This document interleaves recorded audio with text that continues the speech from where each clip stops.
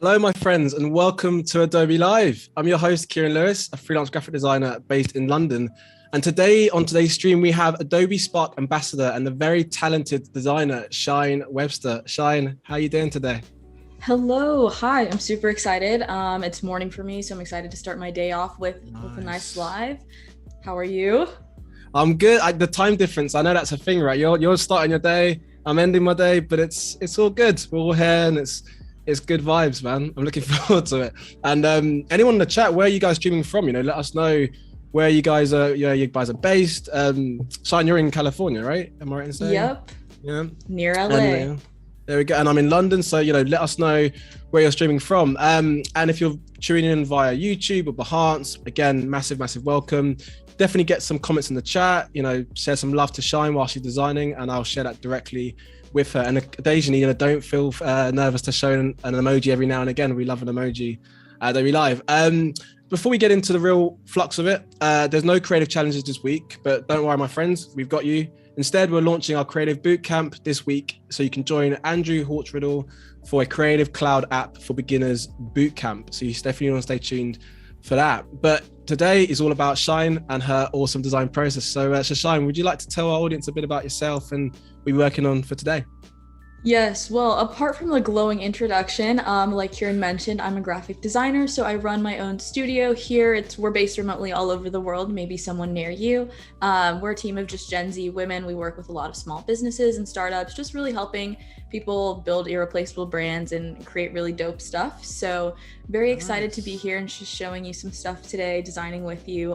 Apart from that, I'm an Adobe Express ambassador. So you might have seen me on a couple lives before. You might have seen me at Adobe Max last year.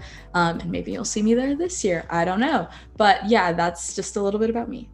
I love that. This is definitely your first rodeo, which I love. You're part of the Adobe Live family already, which we love. And we can see the comments coming in nice, thick and fast. So hello to Steve, hi to Ferry, Crystal, we've got Sam, moderator, Robert, Mona, and Natalie. So everyone's showing some love already in the chat for you, Shyne. So yeah, I mean, should we perhaps maybe look at your website? Do you have like a website you can show us about yourself, and then maybe we can go into the full-fledged of what we're working on?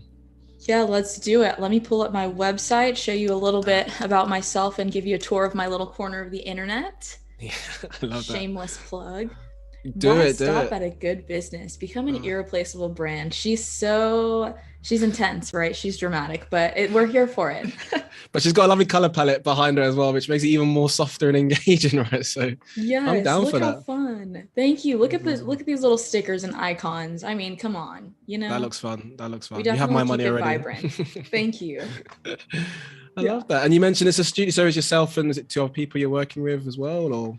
Yeah, so I have a couple of different people on my team. I have 2 designers working with me, creative assistant, project manager, marketing interns, the whole 9 yards now, but it's very fun.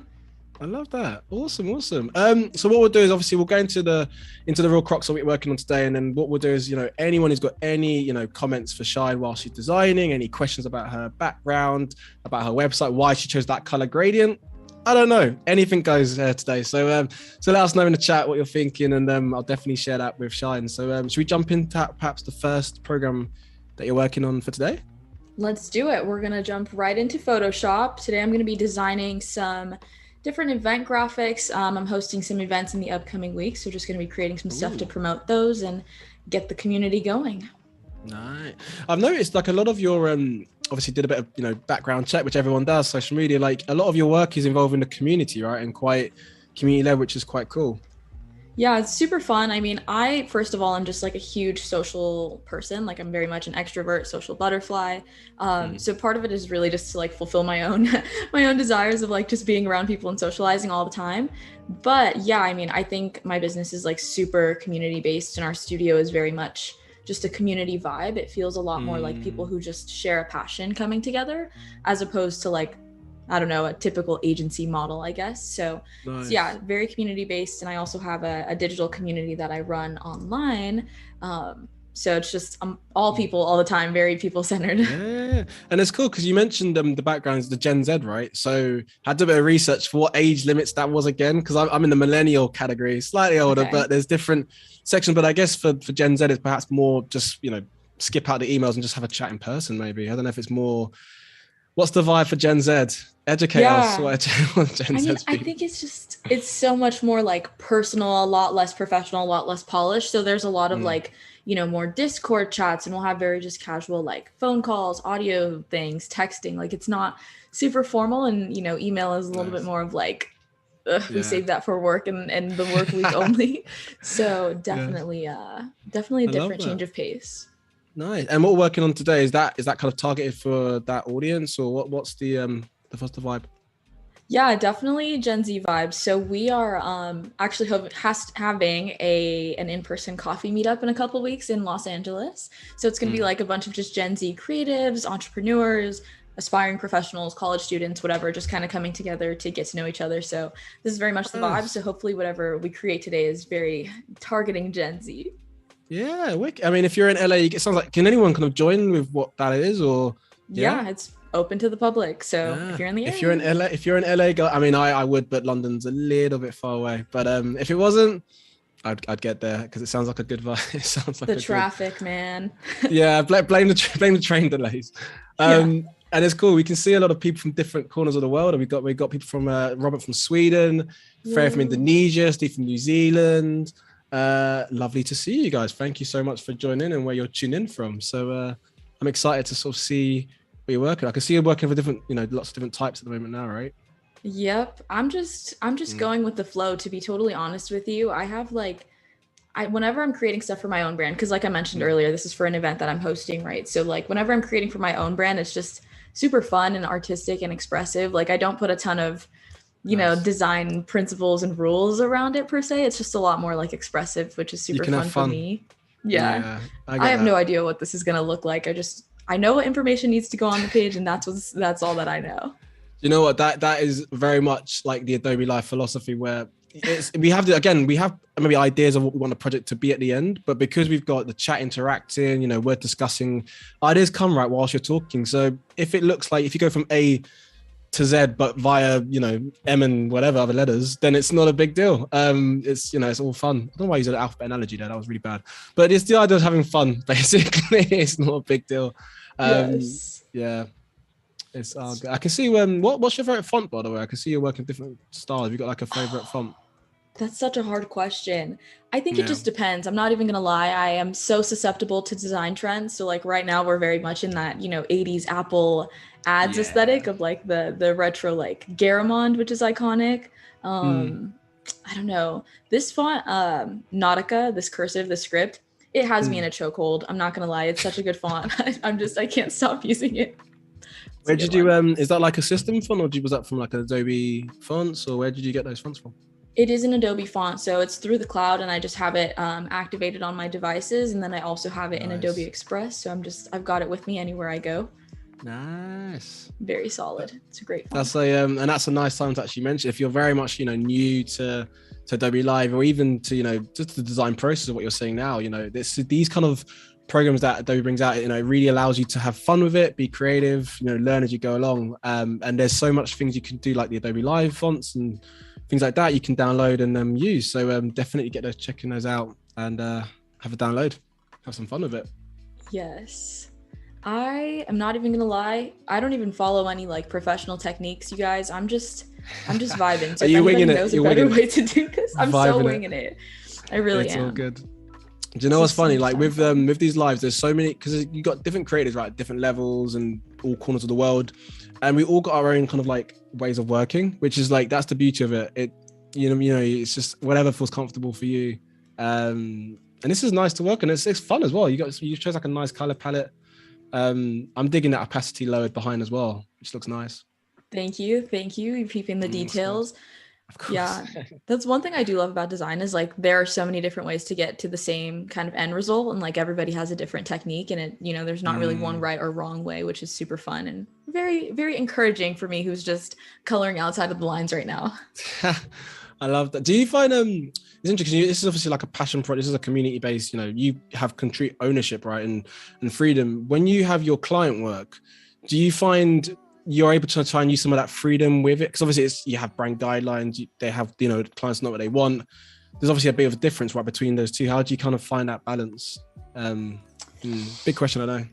No, that is a big question. That's a great question, though. I mean, I think, first of all, like, I always try to be really upfront with my clients and letting them know that I am, I really do have a penchant for things that are different and I like to, experiment creatively. And so they're usually like very trusting, which is great. That's a testament to them. Like, they very much will allow me my creative freedom for the most part. But I mean, I think there are a lot of ways to like get creative within brand guidelines and, maintaining the same sort of feel, but maybe like changing the shade of the color a little or changing the font just a tiny bit. Like, I think a lot of times people don't know, their audience doesn't really know if you're using the wrong hex code or whatever. So I think as long as you maintain the brand feel and like the vibe that they're going for overall, that's kind of how I get away with it. But I love that. You made a key point, like you used the word trust as well, because that is something that I feel like you could work with so many brands and different sizes and scales, but trust is like that key component, right? Whether it's a long project or a long client you've had for years or done just starting out, because there's always that sense of you, the designer, want to kind of put your stamp on what you're creating, right? But then it's like that sort of blurred line of how much is too, do you know what I mean? Like you're almost moonwalking across that fine line of what you can really do. It's very much a balance for sure. That's interesting. It'd be great to know anyone in the chat. I mean, if you're freelance, if you're full time, have you got any experiences of like how you deal with clients, or do you even work on like free, community based projects or passion projects? We would love to hear about it. We can see we've got Crystal in the chat who said, "I'd love to be able to just create. For me, it's so refreshing." That's nice to hear. It's those good energy vibes. That's what we like to see. Yes. I think you've definitely got to have some passion projects for yourself in there somewhere. It's so easy for the lines to get blurred as a professional creative too. Like, when am I designing for myself versus my clients? And, sometimes you just need that like weekend of no work to just focus on something fictional or something just for yourself. It keeps you sane, right, as well. I feel like your brain needs that almost just almost like not no barriers, but just to be able to just have creative freedom and have fun with it. Otherwise, you become almost robotic if you're in that kind of, way of working continuously where you can't just have and almost forget why you got into our practice in the first place, because, we all love what we do. Which actually leads quite nicely into kind of how did you get into, doing what you're doing now? Did you study? Did you go to college? What did you do? Yeah, so I'm actually still currently in college getting my degree in graphic design. I kind of got into design though early on in my life, like around maybe 10, 11, 12 years old. I didn't know it was design, but I had just started creating like these sort of fan edits for like my favorite TV shows and my favorite books and things like that. So I was learning, Photoshop and different apps on my phone and stuff like that. And then I think somewhere along the way, I realized like, oh, this is a thing. This is a real profession. Cool. I can actually kind of do something here. And so I just majored in graphic design to kind of, I don't know, get my feet wet and really like learn what this whole, practice was. And then from there, I just kind of like fell in love instantly with design. As soon as I learned the real definition and like what design actually is, I was like, okay, cool. Like I actually do want to do this. That's fantastic. And haven't looked back ever since. I love that. It's like, I mean, those kind of stories are nice. It's always nice to kind of hear how people kind of got into our craft, right? Because it depends as well if if your family or your background is quite creative. I don't know about your background, but like from ours, for example, it's all very law orientated. There's no creatives whatsoever. So it's kind of like you kind of feel, where did you kind of get that creative juices from? But yeah, it kind of stems from different parts, whether it's friends or education. It sounds like you were kind of always maybe into that, but you just didn't know what the actual definition, like you said, definition was. Yeah, exactly. I think like early high school, I'd started to kind of pick up on the fact that I was more kind of creative. I just didn't know, because all I knew at that time was like traditional art, the kind of fine arts background. And definitely I can't draw and I can't paint. So I knew it wasn't that, but I didn't know what it was. So I'm very happy to kind of have stumbled upon graphic design, but it found me.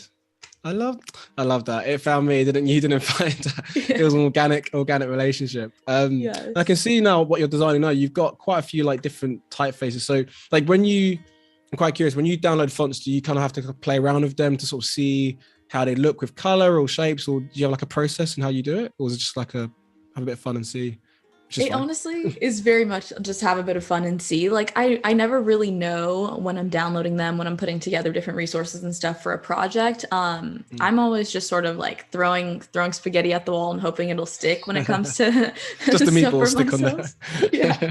So, I never really know until, because like that's the thing too. And in design, I feel like you can have a plan, but you never really know if it's gonna work until you see what it looks like. So I just have to see what it looks like, and maybe I like it, maybe I don't. I love that. And to be honest, that's all part of the process, right? I think a lot of people forget like the journey you take with a project.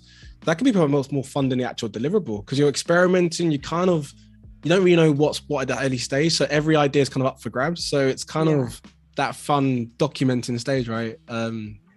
Which kind of gets lost sometimes in projects. But with Adobe Live, that's the beauty of like what we're doing now. It's that nice process of what we can see you working with. I totally agree. I mean, something one of my professors told me actually that has stuck with me is that like as creatives, 99% of our lives is the process. We only have, a 5 minutes of that final result when you finish that project, when you send it to a client, and then you go right back into another project, So if we don't love the process, we're going to spend a long time doing things that we're miserable with. So very important to enjoy the process. Very good point. And that's a nice time to mention again, if you're tuning in, hopefully you're enjoying, I'm sure you are, Shyne's process as well. And I can see the chat is quite active. Everyone's sort of sharing their experience about how they got into design, which is great. And I can see, so we got a comment here from Ferry. He said, my design lecturers in my university look very intimidating. It's crazy. Somehow pretty sure they give me a lot of challenge in design, but they look like a client who I like to complain and very mean to designers. Well, Ferry, hopefully they're not, perhaps they're testing you to sort of see your willpower. I feel like designers, you almost have to, it's that patience, isn't it? Like no one likes to hear, the design is not what they thought it would be when you're thinking, I've just spent so long making it and designing it, right? That's how you deal with feedback, which is, tricky one sometimes, right?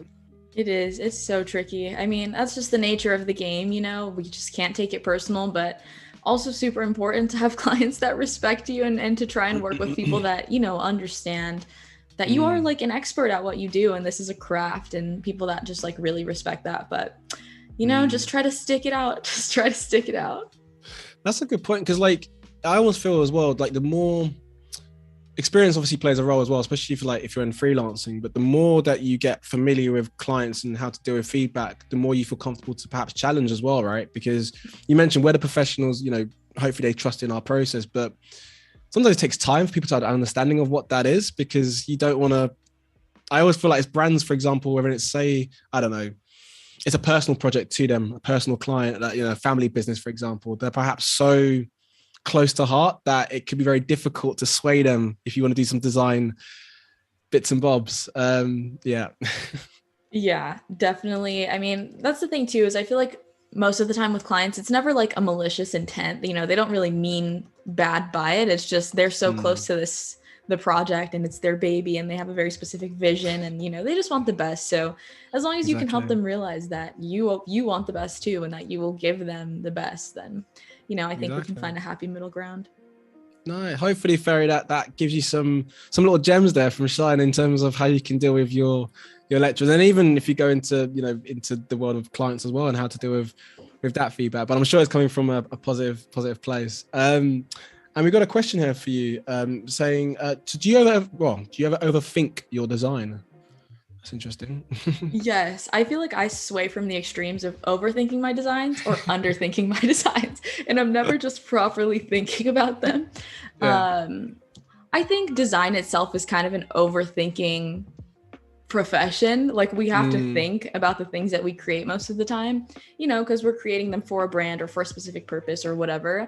And so I wouldn't look at it as overthinking. I just think you're doing your due diligence. But if you feel that you're overthinking and you're just like spending too much time on it, at least for me, that's a lot of like the perfectionism piece. Typically, if I'm overthinking something, it's because I'm, I don't think that I'll be able to do it well enough, or, I don't know what I'm doing. So there's like perfectionism and imposter syndrome tied together. But at the end of the day, we're not surgeons, we're designers. Like it's not life or death.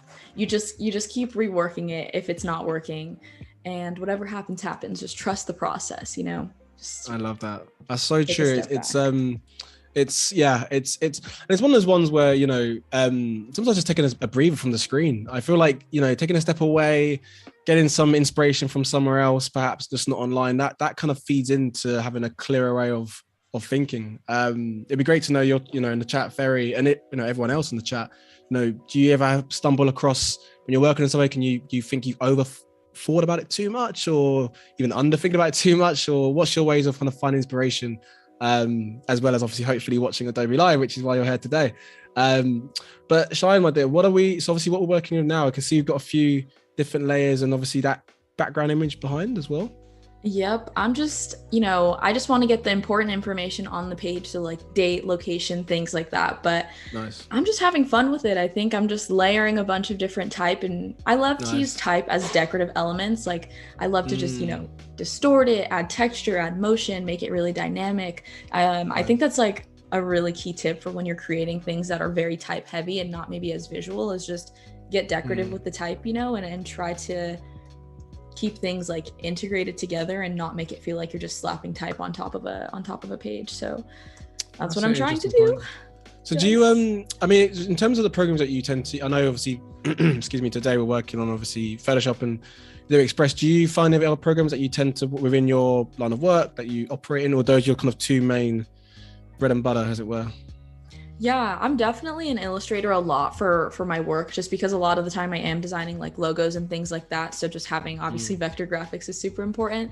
I do love Photoshop though. Like Photoshop was my first love in terms of design tools, and it just has a special place in my heart. And I can also just have so much fun with all of these layering wild things that I'm doing. If you couldn't tell, I'm a maximalist. I'm not a minimalist. So I love that. Less is more, but not in today's stream, guys. You're in a good place if you want to see some overlaps and some awesome work.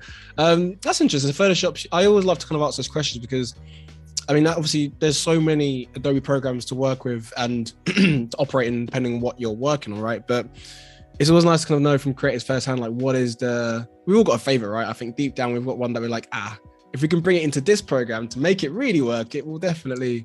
Yeah, my soft spot is I love InDesign. That's kind of my. Whoa. Yeah. What? Is that weird? You looked at me like, oh, he's crazy. Is that? I'm so surprised. I love InDesign, but I feel like it has such a steep learning curve sometimes. Like I feel like you're a true industry vet if you like InDesign. Do you know what? You're saying nice things to me, Shyne, but do you know the funny thing is, it's where I used to work, in previous places, they were so on it with how the certain tools are and how things work in that program that you kind of just watch them over a period of time and you just pick up. Do you know what I mean? I'm a very slow learner, but you just within time, and yeah, for sure. InDesign is InDesign, Illustrator are my two babies, but yeah, for sure. But it's nice to sort of see the different programs. And again, in the chat, what is your vibe? Do you like, are you a Photoshop? Are you team Illustrator, team InDesign, team Photoshop? Or if you're just learning, if you're just starting out and this is like very much your first kind of Adobe Live or first, you know, tutorial into this space, let us know. We would love to kind of hear it. How did you get the, so that image, where was that image from? Is it a stock image, or I'm trying to make out what is that making coffee? I feel like it is. There you go. It is coffee. Yeah. Yes. Makes sense, right? Because it's a coffee meetup, you know? So I just pulled a stock image and then I just turned it into the threshold. And then I just blended it into the background. So now it's a texture. See, there's me thinking you're selling cupcakes for like an event. And maybe cupcakes will be there at a coffee meetup. I don't know. Is it strictly coffee, or is there any... There will be baked goods. I think there will be some pastries, some maybe scones. I don't know. Do you like scones? I love that. Was that like a British pundit? Like it was a British reference. That was a low shot, but I do love scones with a side of jam. No. I mean, now that I know scones will be there, I'm booking my flight pretty much after this stream to. Now you have to come. Yes. Yes. I can see in the chat we've got everyone's kind of throwing in there what they like. You've got InDesign. You've got Steve, who's InDesign, Photoshop, and AI. Yes, my man. That's pretty much my bad boys too. And Ferry said AI, Illustrator, and Photoshop. So yeah. That's me. Yes. Everyone's got their vibes. And we've got a comment here from Sam who said, when I was freelancing, before I do, half up front and then half before I send out to final files helps avoid a lot of issues. That's a good point. Yes, because I guess there's always with freelancing, how do you, it depends on the client sometimes, right? In terms of, and that agreement that you set early on, because everyone has their own way of work. Do you have like a, almost like a briefing process, or how do you kind of deal with that client? Like when they approach you and they say, oh, Shyne, we've got a project. Do you have like a structure in place?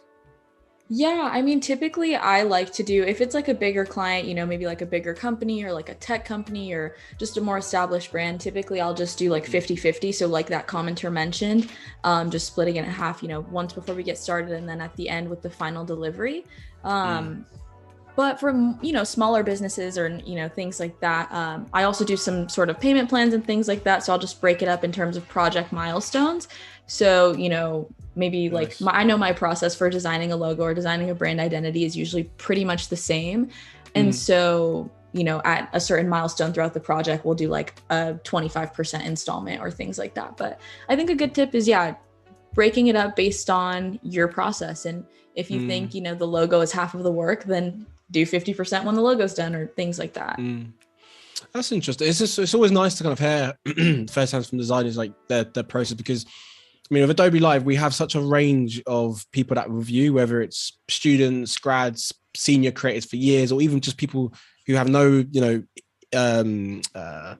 connection with the industry, but just curious to know information. It's always nice to kind of hear, you know, from an established freelancer yourself, you know, how it is your process and how it works. Because that always seems to be one of the questions when I speak with students as well with talks, that, you know, how do you deal with client feedback, or how do you have a structured process, you know, and even pay and all these kind of elements, because we've all got a kind of way of working, right? And then do you ever find this as well? It's a case of knowing how much you can deliver in terms of your own ability, right? Because you don't want to I'll give you the world, and then it's just like, you're giving this tiny little, it's just knowing your capabilities.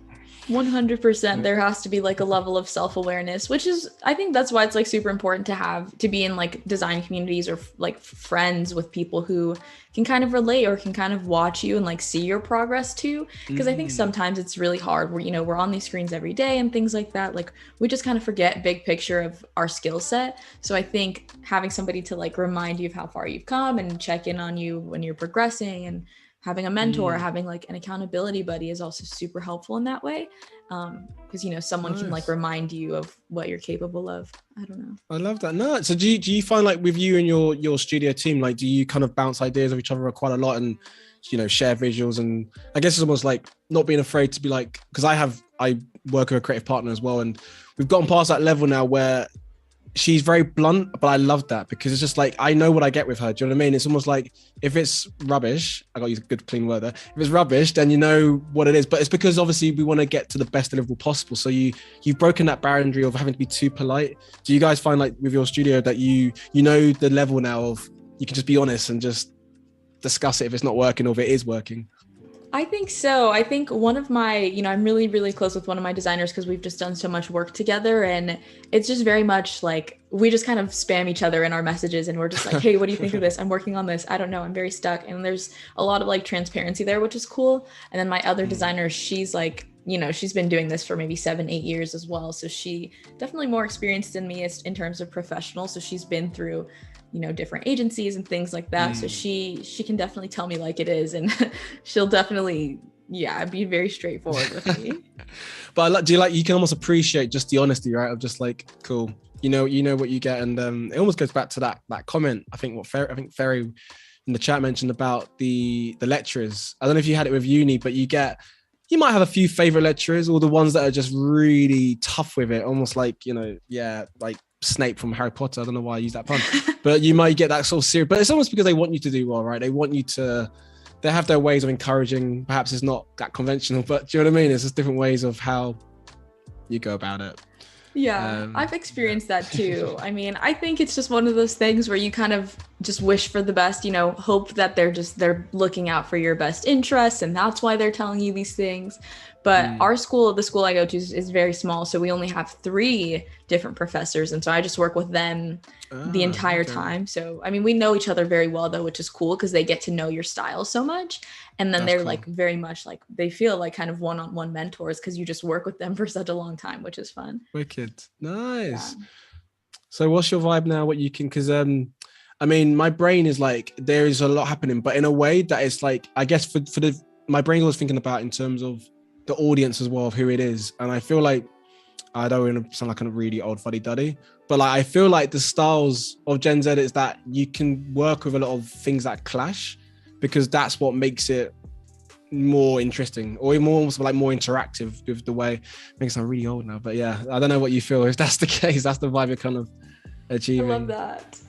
No, I think so. I mean, there's definitely some creative chaos going on here. At this point, I'm just like fully experimenting, no thoughts, just vibes. Yeah.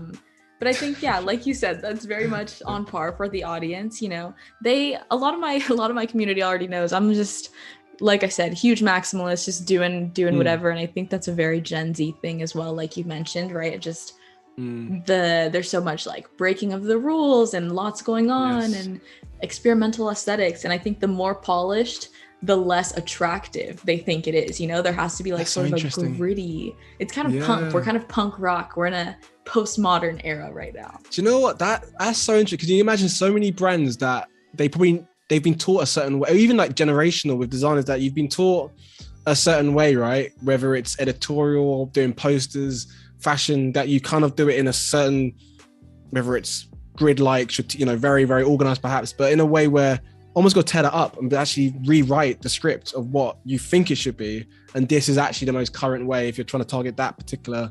That's interesting. Yeah, and I like that sort of style of just like having fun with it, having more fun with it.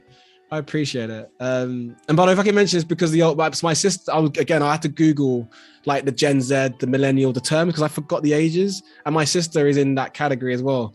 So like I was trying to like suss out her, and yeah, her TikTok and all that stuff is pretty much what you're showing me now with the overlap. So yeah. I love that. I love your sister's vibe already. We're all about it. We're all about it. I'm loving your teacups as well. Where were these? Were these from like an Adobe stock, or where did you get your lovely teacups from? Yeah, I pulled these from a stock photo as well, and then I just removed the background. I don't know exactly what I'm going to do with these yet, but I kind of am liking the contrast that they're bringing, so we'll just play around with them. Well, do you know what? On that, if anyone's got any comments about what you feel like Shyne could be doing, because we're seeing like, if you can imagine opening Shyne's brain and seeing this creative wiring going super fast. Right now, we're seeing this happen. So like definitely throwing what you think could happen. I feel like we could easily, you know, adapt it and change it in. Or even if you just change some of the lettering, or maybe the E turns into something, or the C turns into a cup handle. I don't know. I'm just throwing things totally out there. But any comments, you know, you would like to put in there, throw it in the chat, and I'm sure Shyne would love to hear it. Yes, please give me all the inspo. What are you thinking? What are you reacting to right now? Exactly. We've got a comment here from Max who said, so I definitely undervalued how great Behance is to collect your projects and have a go to portfolio network with peers on here. That's a very good point, actually. I mean, Behance, if you're viewing on Behance or YouTube, you know, we're reading the chat via the Behance, but there's a lot of benefits that you can have on Behance, right, in terms of your projects, and it feels like a community. I mean, that's probably what the vibe is, right? A community that you have creatives kind of doing their thing. You can show love to it. You can download mock-ups as well if people add that to their project. Are you quite active do you have a Behance profile, and are you quite active on it, or? I do. I love going on Behance for, like you mentioned, the mock-ups. It's the mock-ups and the free fonts. People just give so much away for free on there, which is so awesome. Like there really is that community sense, like you mentioned, and it's just cool. I always get good inspo. I may or may not have taken a look last night to get some inspo before this. I don't know. No judgment. Yeah, you're in a safe space. You're totally in you're in the safe space.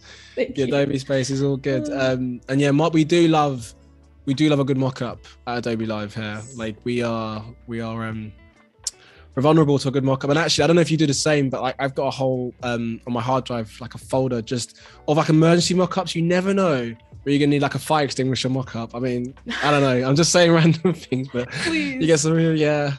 I do have my mock-up folder. I don't have any, ambulances or fire hydrants or anything, but maybe I need to add to my collection.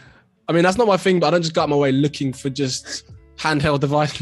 And the reason why I say fire, I mean, there is actually a method, because we had an Adobe Live last week with Alex Lazarus as well, who's an amazing, again, another Adobe Live host too. We did mock-ups, and we actually worked with a fire hydrant. So, and sort of, the fire hydrant basically. So that's what my brain was in that space of fire hydrants and the mock-ups that I have. Otherwise it's very random, just all the things you could have chose. You chose a fire hydrant to discuss a coffee meetup. It did seem so random, but given that context, I think that totally makes makes sense. Did I pull it back? I feel like I saved it there. I love that. You definitely did. I was so confused, not gonna lie. I mean, that's my brain every day. Super confused. We've got a comment here from Max, who's asked, so what inspired you to get into design? I think we might touch on it before, but perhaps if you missed the last part, did you get started with school for design, or discover it naturally to go into school with that in mind? So really both, honestly. I had stumbled into design, I think, really like I mentioned earlier, just doing a lot of like fan edits, a lot of fun work. I didn't know it was design. I was just, kind of doing different like photoshopping and manipulations and color changing and digital illustrations and stuff. And I didn't know that it was actually, a profession or like a skill. I thought it was just a fun hobby. And then when it was time for me to really apply to university, I had no idea what I wanted to do, but I knew I wanted to do something that I was actually passionate about, not just something that would be successful per se. And so I started flipping through like all the, kind of academic program catalogs for different degrees. And I saw graphic design, and I was just immediately like, this is the only thing that sounds remotely close to what I'm interested in. So I'll see if it works. And then as soon as I got to my first design class, I knew it was it. I loved it. I loved everything about it from the very first moment. And so it was a little bit of both, like you mentioned, right? Like I kind of knew, but I also just went to school to see and find out. And now we're here. I love that. And I guess it's like, do you have that moment where you learn a tool or software and it clicks with you? Because I remember back in the day when I was, going to uni and starting out, and you might take a while to kind of get your head around a certain technique or process, but when you get it and it clicks, it's an awesome feeling, right? Because you just feel like a sense of accomplishment. Yeah. I'm down for that. I totally agree. And hopefully, again, if you, I was going to mention anyone who's, if you've watched Adobe Lives before, that's pretty much the basis of what we do here, where you're watching, awesome creators in the community working on, passion projects, client projects, doing different tools.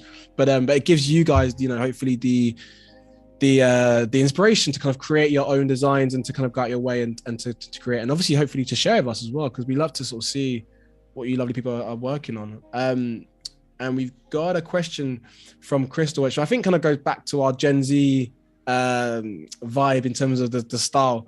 But she mentioned working with script fonts can be difficult in typography. Definitely could use some breathing room. So again, you're in that mode, right? We're seeing your brain, right? Aren't we, Shyne, on the screen where it's all out? Yes. No, that's such a good point. I think a cardinal rule of like using script fonts is don't use them for any actual information that needs to be legible. They're very much decorative, very much for display purposes. But I'm kind of breaking that rule. And the reason I'm breaking that rule, Crystal, good looking out. Thank you.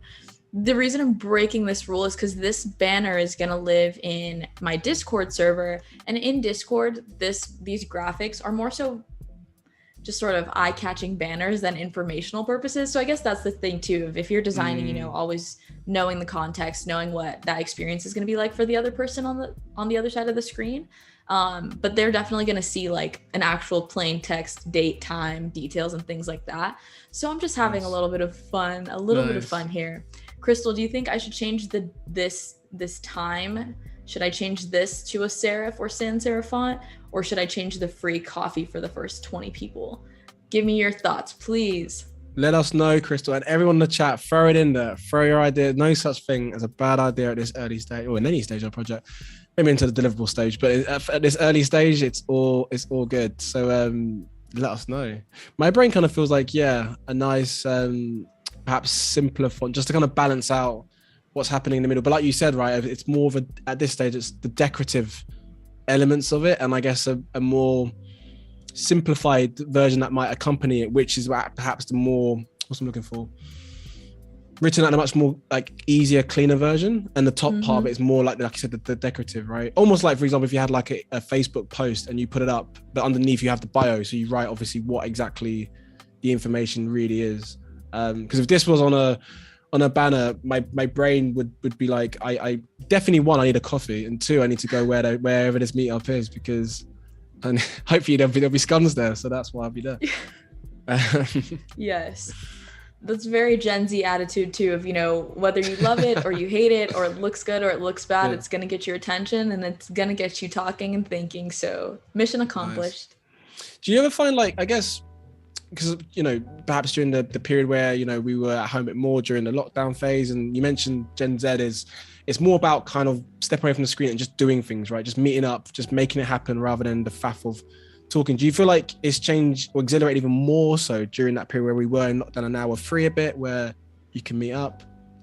Ooh, I think so, because I think people are just now very much, like, honestly, kind of a little YOLO. I don't really know how else to describe it. I was trying to think of like a proper way to say That's it. so Gen Z, I love it. It's just YOLO. Like, you know, we were kind of cooped up at home for 2 years. I mean, now we're just going to go out and see what happens and meet friends from around the world. I actually just went to New York, and I just met one of my internet friends who I had known kind of online for about a year. We worked together, and she and I hung out for the first time in real life. And, you know, probably prior to the pandemic, I would be super skeptical about like meeting up with somebody from the internet. What? But now it's just a thing now. Only in the movies they do that, yeah.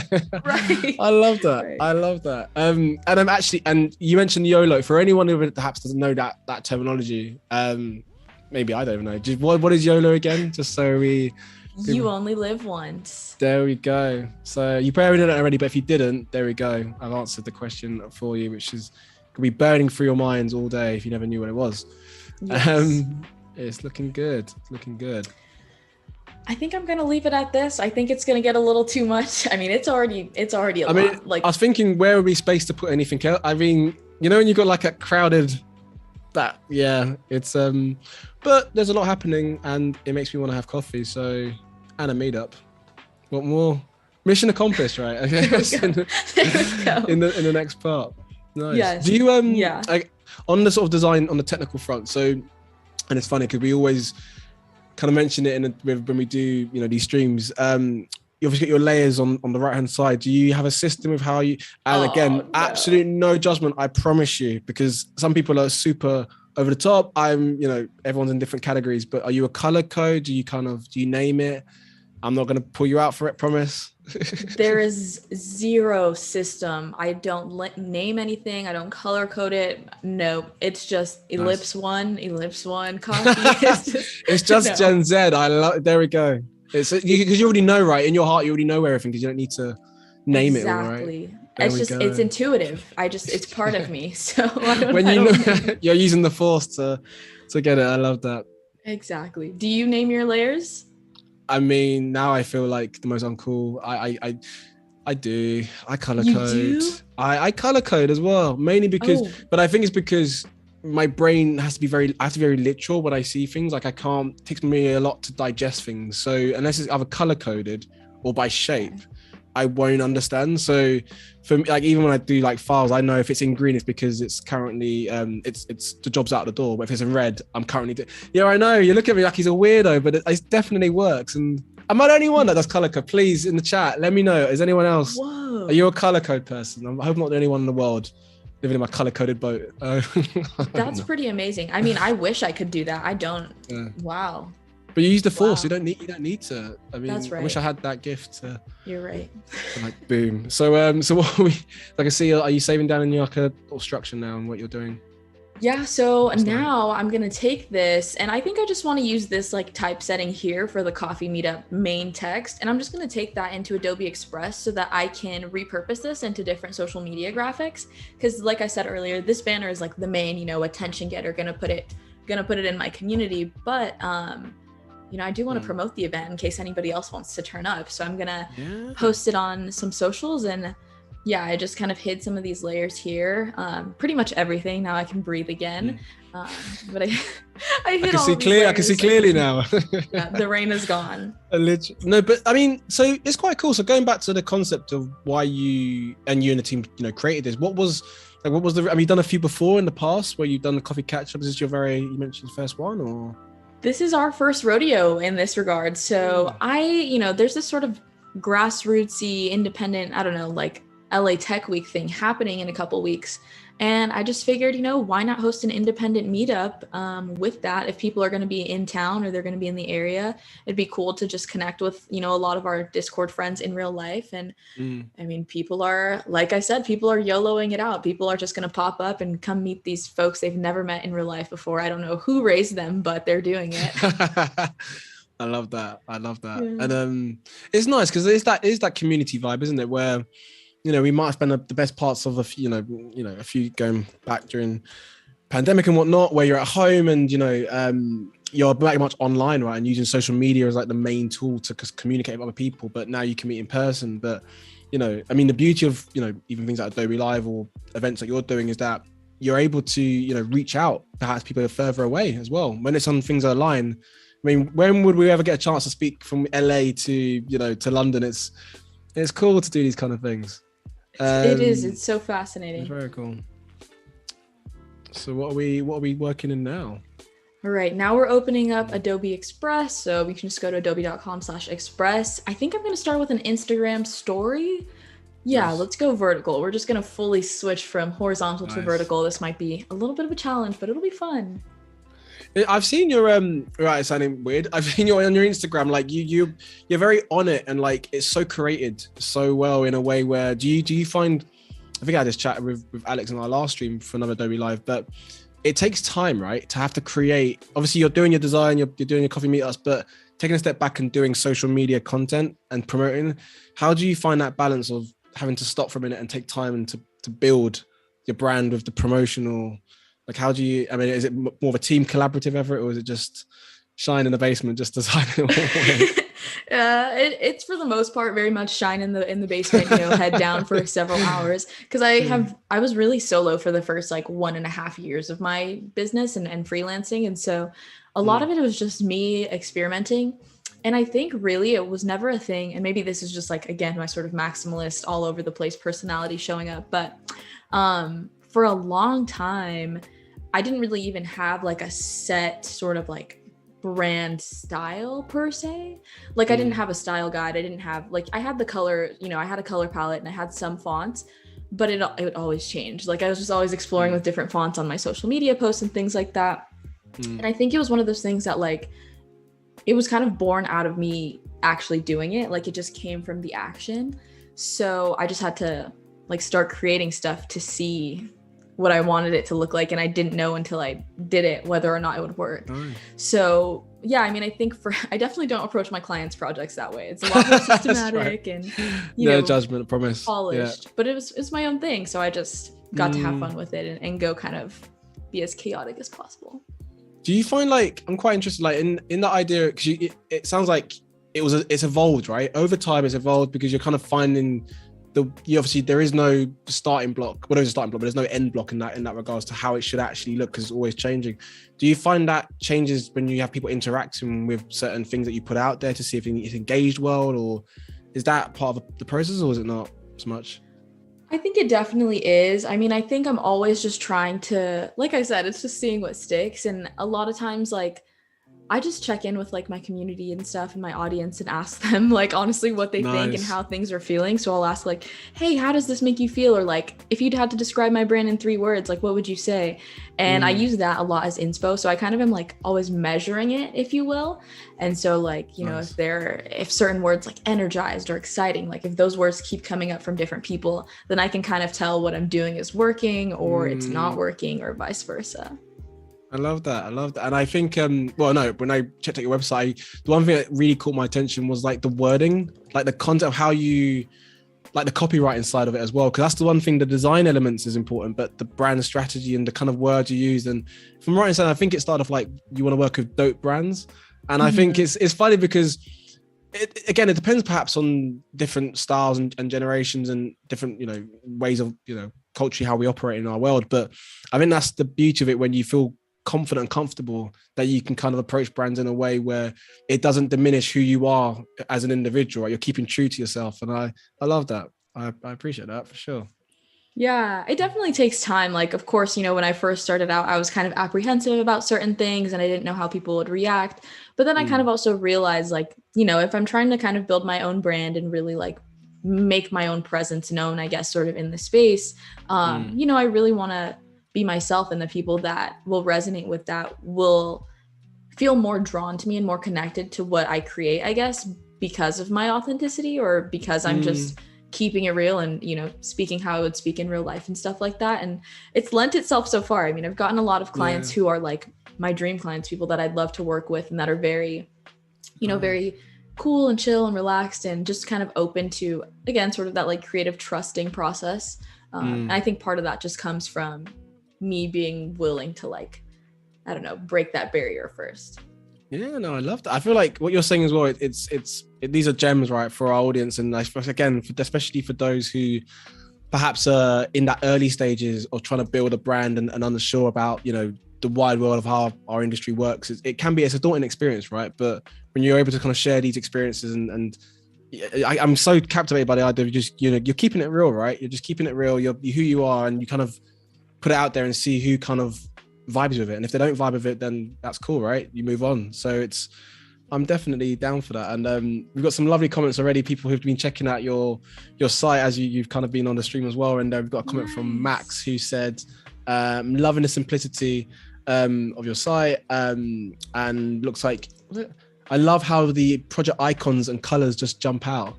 So it is a fun site. So definitely check that out when you've after the stream, of course. But one thing I've noticed is like orange seems to be, is that your color? Is that your vibe? Because I see orange everywhere on social. And yeah. Yes, it's my favorite color, first of all, which is why it's everywhere.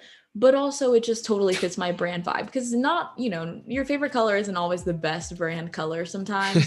But for me it is, because orange is just like my vibe. It just feels like my personality, my aura's that color. I'm just, you know, it's like, it's exciting, it's bold and vibrant, but it's not like red. It's not super duper intense. Danger. Yeah. So I feel like that's me. So that's why I use it. It's funny because, like, without going way too deep, I know there's like a whole color theory behind the selection of color. I mean, we're going to go, that's another Adobe Live segment in itself. But yeah, no, I get, and to be fair, when people see these colors, and I'd love to know in the chat, you know, what energy and vibe you guys get when you see Shyne's work and what she's creating, you know, that kind of energy, and bearing in mind the audience as well, the Gen Z. I mean, I'm definitely getting like energetic and just positive. There's nothing how can it be negative, right? The colors you've used, it's all positive, good vibes. So it works. Yeah, it does. It works for me easily. And it's also nice because the color is like, I always find when you work with font, whether it's black and white on a particular color, when you can use white font, I like using that more often. It's more legibility, right? Making sure that, but you use that color orange is so dark, it's enough that you get away with having white on top, and even the opacity lowered, you can still make out what that text is. So I'm down for that 100%. Sweet. Thank you. There's a method to the madness. Of course, there is totally everything around us. And actually, that's probably a nice time to mention, because it's crazy how quickly time has gone. We're nearly about an hour into our stream already. And I can see we've got some folks who've just already been popping in. I'm pretty sure I saw Anika pop in. So hello, my friends, if you've just joined us, if you're watching us on YouTube or Behance, a massive warm welcome. And today we have the lovely graphic designer, an Adobe ambassador, Express ambassador, Shyne Webster, and she's creating some social media assets using Photoshop, and now we're in Adobe Express to kind of build a brand. But in particular, we're doing a coffee meetup, which she'll be doing. So welcome if you just joined us, and throw in some questions, some comments, even some emojis, and even in fact, I'm quite curious, and maybe you could do a poll in this, but do people like coffee? I mean, are there coffee lovers in this group? Because I feel like if you're a designer, you feel like maybe you have to be affiliated with coffee, because it's the whole, I'm a designer, I'm in a coffee shop, but not everyone drinks coffee. So are you into your coffee? Let us know in the chat. Or are you mixing up with a mint tea, which I do like now and again as well. So yeah. A good tea. Good tea. I mean, we're in England, right? I mean, come on. We're gonna, that's right. Tea and scones is what our good country is made of. So are you a coffee person at all? Are you 3 coffees a day? Are you quite disciplined with it? Okay, I'm not like 3 coffees a day, thankfully, but I definitely am a big coffee person. I actually just started working with this oat milk company, and they're in a bunch of coffee shops around California, so that's super exciting.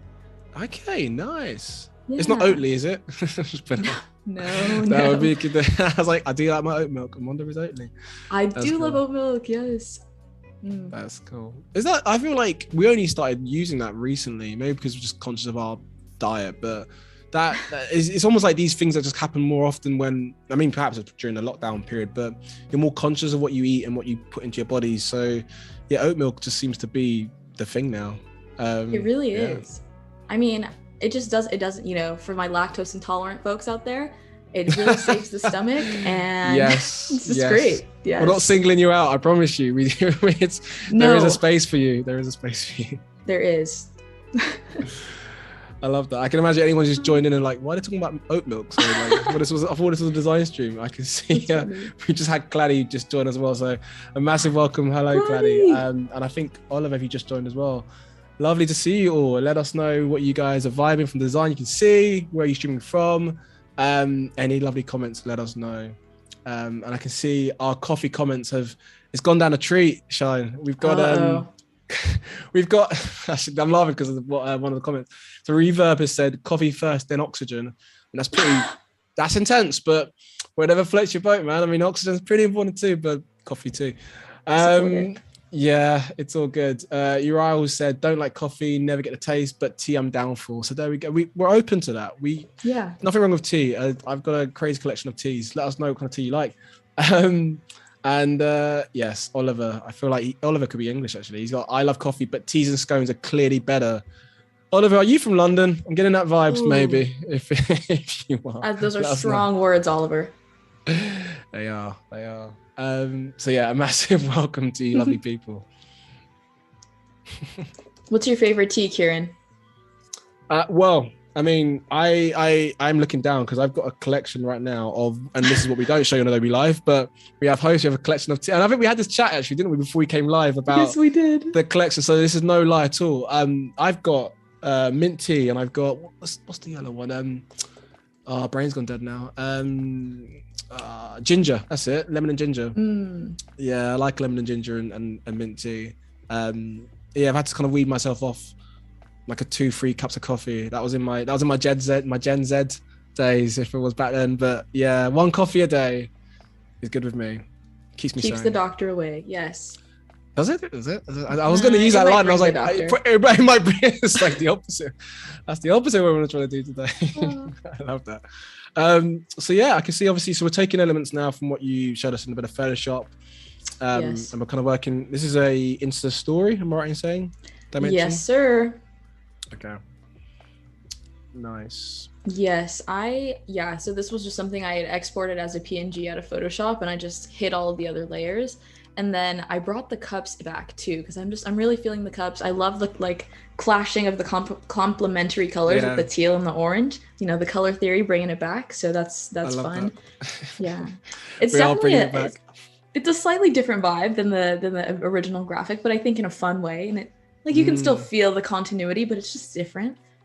I almost want to like do like if we is there a way we could do like a side by side of like, I know, and perhaps maybe when you're finished this and we can get I think there was a comment, and apologies for who, I forgot who it was in the chat, but they were mentioning about there was too much overlapping, so maybe this is a bit more breathable with the designs. It'd be great to know what people in the chat think about what they're vibing to, the one in Express or the one in Photoshop. But I'll let you obviously do a bit of tidying up obviously on your in your story, and then we can do maybe a nice little poll, see what you guys are thinking. Ooh, that'll be very fun. I could see this on a t-shirt, you know, like the orange and the, I would wear that to like a barbecue, definitely. That'd be so fun. Yeah, I definitely would rock that. Would you guys rock this on a t-shirt? Could you see a t-shirt? I mean, this is not what we're working on today, t-shirts. It's the complete opposite. I don't want to throw you guys off piece, but just putting it out there. Would you like to rock this design on any clothing? I'd love to know. We would love to know. You know, I think this would be a fun pair of like swim trunks, you know, with just the orange with the coffee. That's for my 3 coffee a day people. I mean, if you're that into it, I think you might as well just wear it.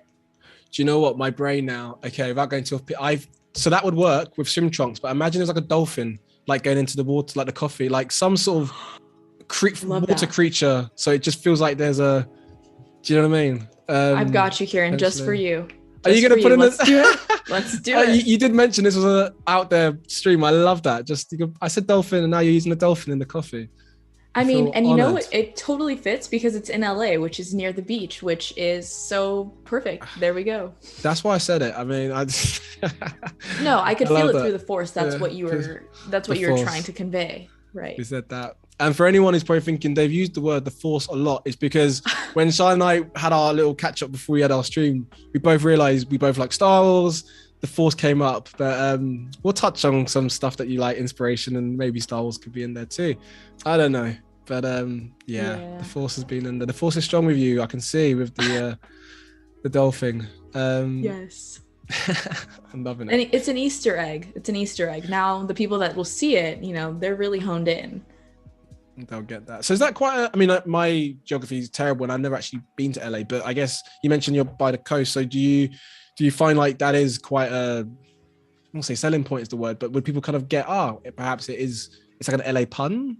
Would that be like an Easter egg, like maybe? Yeah, exactly. I mean, I think it's just, you know, if you know, you know, and I think it's also a little bit of a reach. It's a little bit of a stretch for me to make that claim and connection, but if it works, it works. So I think it's working for right now. I think, you know, people are, I'm just unhinged enough for people to accept it.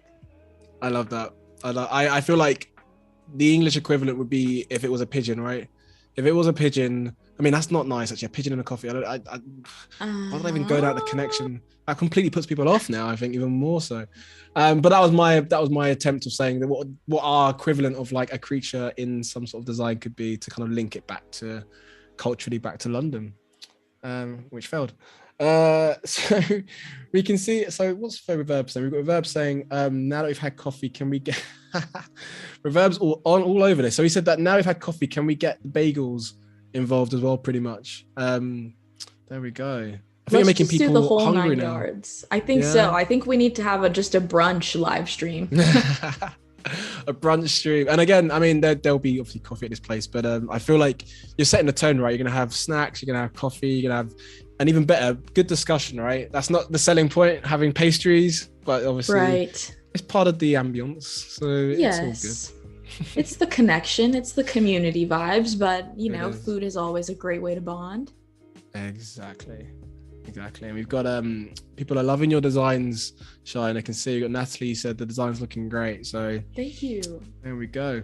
This one's pretty fun. I think I actually like this even better. It's giving me kind of like retro American diner vibes. Yeah. I actually without definitely going off piece now. I visited when I went to Tampa. I did visit like an old school kind of diner, and when you mentioned diner just there, I just thought again, you're talking to someone who's English, right? But from London, so it's like in my brain it's so iconic from like the movies, and then going to like an old school diner and seeing these kind of like Route 66 kind of vibes. I'm down for that. I'm It's very just much down for that. this nostalgia, you know. It's attractive. It wraps you in. You can't do anything about it, even if you're British. You sound like it's bad, but I love that. Even though No, you're, I'm just but I playing. just, you know what I mean. Like I know. Tomato, tomato. There we go. Potato, potato. It's funny. We've got a comment on here, and I don't know, Anthony. Perhaps you know me too well. He's got and we haven't mentioned anything about football or soccer. And Anthony, and you probably don't know this, Shyne, but I'm a massive Arsenal football fan, soccer. Without going way off piece, but he's just mentioned the Arsenal is coming out of you, which I'm not sure what that means, but thanks you for dragging that attention that I'm an Arsenal fan, Anthony. I get the vibe maybe you are or not. I don't know. it felt a little derogatory to me. Yeah, possibly. I'm getting those vibes. Derogatory. It's because we're amazing, Shyne. That's what it is. But anyway, that's a different. We had that topic when we had our last stream. We talked about football, and it's like it's very easy, slippery slope. But back into design. In terms of inspiration, where do you kind of go for your? I mean, when you're designing this and you had some vibes of how you might create this, are you a pen to paper kind of person? Are you drawing things first? Are you finding stuff online, Behance, Pinterest? What's the kind of go-to inspiration process? I definitely find a lot of inspiration from just a lot of like sort of fashion and streetwear and skateboarding cultures. I think there's just a lot of like kind of grittiness and the rebellious spirit, which is very on brand for me. If you couldn't tell, you know, of breaking the rules and kind of doing things your own way and being unconventional. I feel like that like energy is so at the core of all of those different like industries and cultures. And so I definitely am inspired by that a lot. I'm very much for anyone that's like a design nerd, I'm in a postmodern that's sort everyone. of like David, yeah, pretty much. So all of us, you know, David Carson, like very postmodern type, like super rock broken things all over the place. Like I'm very into that. So like nice. Obey and like kind of 90s, 2000s brands, like that vibe, very much into that. But typically process wise, like, yes, very much pen to paper or like Apple Pencil to iPad, but I didn't plan anything today. I just sort of went in with a blank slate, and that's where we're at. See, we feel more part of the process that way as well. Like where you've brought us on this journey to kind of see, because I feel like when we do like a live as well, you know, you can have already a design already made and you're kind of, you know, working backwards from it to show us audience the process, or like what you're doing now, which is awesome, where you're kind of going in there with an idea, but it's not finalized yet. And we're all kind of chipping in and throwing our thoughts to create some awesome stuff. So we're down for that here. You're in a safe space to share ideas and bounce them off. Yes, sure. Thank you. I feel like that's just so much fun. Like even with my kind of team and at school and stuff like that, you know, we're always creating together and passing ideas back and forth and stuff. So it keeps it fun. Yeah, it keeps you sane as well, right? Because it's just otherwise tunnel vision is just, we all get it as designers where you're just, even more if you're in freelance when you're working from home, where it's almost like, you just see the four walls that you're cocooned in and you haven't really spoken to anyone. And I'm definitely sharing my own experience here, but yeah, you kind of need to have, connection with the outside world and people to share ideas and to discuss work and just bounce ideas as well. You know, people have different perspectives on the work, so that will always help. And then there, and I can see you've got like kind of like a nice roundel. My eyes being rubber. Can you zoom in a little bit more so we can just get a real appreciation of? Nope, that's real zoomed in now. Nice. I love that texture on the teacup actually. The teal. Yeah, it's super fun. I just used the posterize, you know, tool in Photoshop, and then it created that fun textured thing going on. So I love that you kept like the excess, which kind of like where it sits on, which is it works well for the shape of it as well. It does work quite nice. It's like I like it. You haven't done it like super clean and edge, but I feel like that's not the vibe we want. That's not where we're aiming for, right? So I'm down for that. I'm totally down for that. Wait, did anyone say whether or not they'd wear this? They'd wear this pattern? Oh, did people say that? Let us know. Did people say if you would wear this? Or even better, where do you think you would even see something like this on? If you went to the shops and you thought, that's a pattern, I want to get it on something, what would it be on? We said, we went from t-shirts to swimming trunks with the occasional dolphin as a nice little Easter egg, which I don't know about you guys, but I would totally rock. Let us know. It could even be a tea towel. Who knows? Just put in idea. It could be like a tea towel and like a barrister, maybe. I don't know, for coffee. I'm just throwing things out there. I'm loving that. Should we do like a nice comparison of like the Photoshop Let's do Because then it. we could do maybe like a little cheeky poll and nothing cheeky about it, but like, do a little poll and then we can see what people are vibing. Sorry, English is right. Everything's cheeky at the beginning of the word. All right, I'm down. Yeah. Let's do it. Let's do it. If there's a way we can have it side by side, and then we can let you. There we go. Can we do that? I mean, yeah, that's perfect. all right. So, you lovely audience, if you're watching YouTube Hearts, let us know in the chat. What are you vibing for? Obviously, different formats, so different orientations, but content is pretty much the same. Left or right, there's different vibes in each one. But what are you aiming for? What are you seeing and thinking? Yep, I would definitely visit this coffee meetup based on the design. Sam, if in chat, if you're able to do maybe a little poll for us, that'd be nice. Like a left or right could be one, or even just do portrait landscape. I don't know, whichever one's easier. And what I'll do is, Shyne, whilst our lovely folks are in the process, because it takes a little bit, it's all very like American Idol results time waiting for it. But whilst that's pending, I'll definitely be back and let you know. Right. But yeah, maybe perhaps we can work on another section. Yes. Let's do it. Okay, we're going to switch gears a little bit now. I'm going to create an email version. I do have an email list. I don't check in with them nearly enough, but I'm going to for this. And I am just going to create sort of an email sort of header image to lock people in for this. So we're just promoting this event all over the place, but it's because we want a good turnout. Nice. Okay, so we're going to create something from scratch here. Ditch that Photoshop element.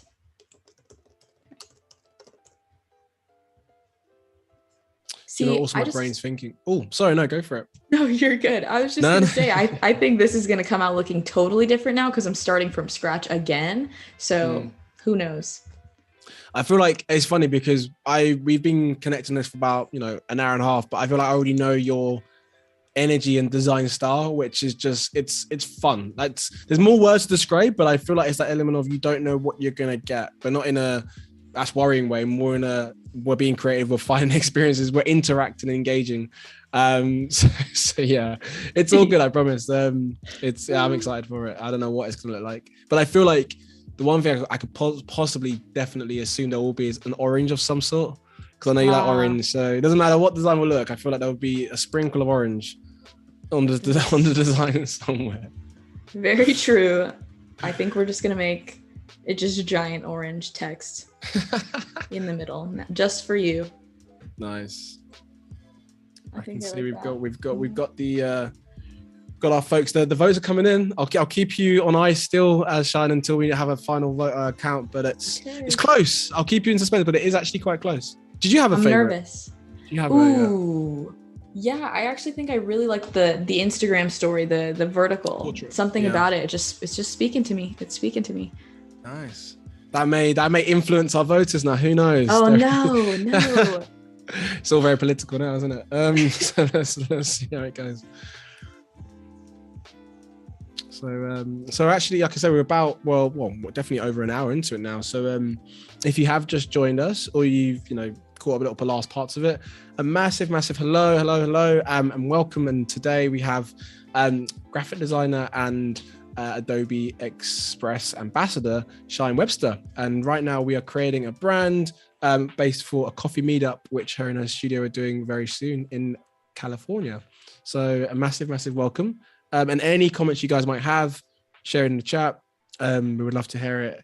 Anything, and even if it's about the Shyne's design process, her background, what is Gen Z, what is YOLO, all these things you can throw it on there. I had to definitely do some research before to find out exactly what was the age, or just Gen Z and the different styles and trends. But let us know in the chat. It's always cool to hear.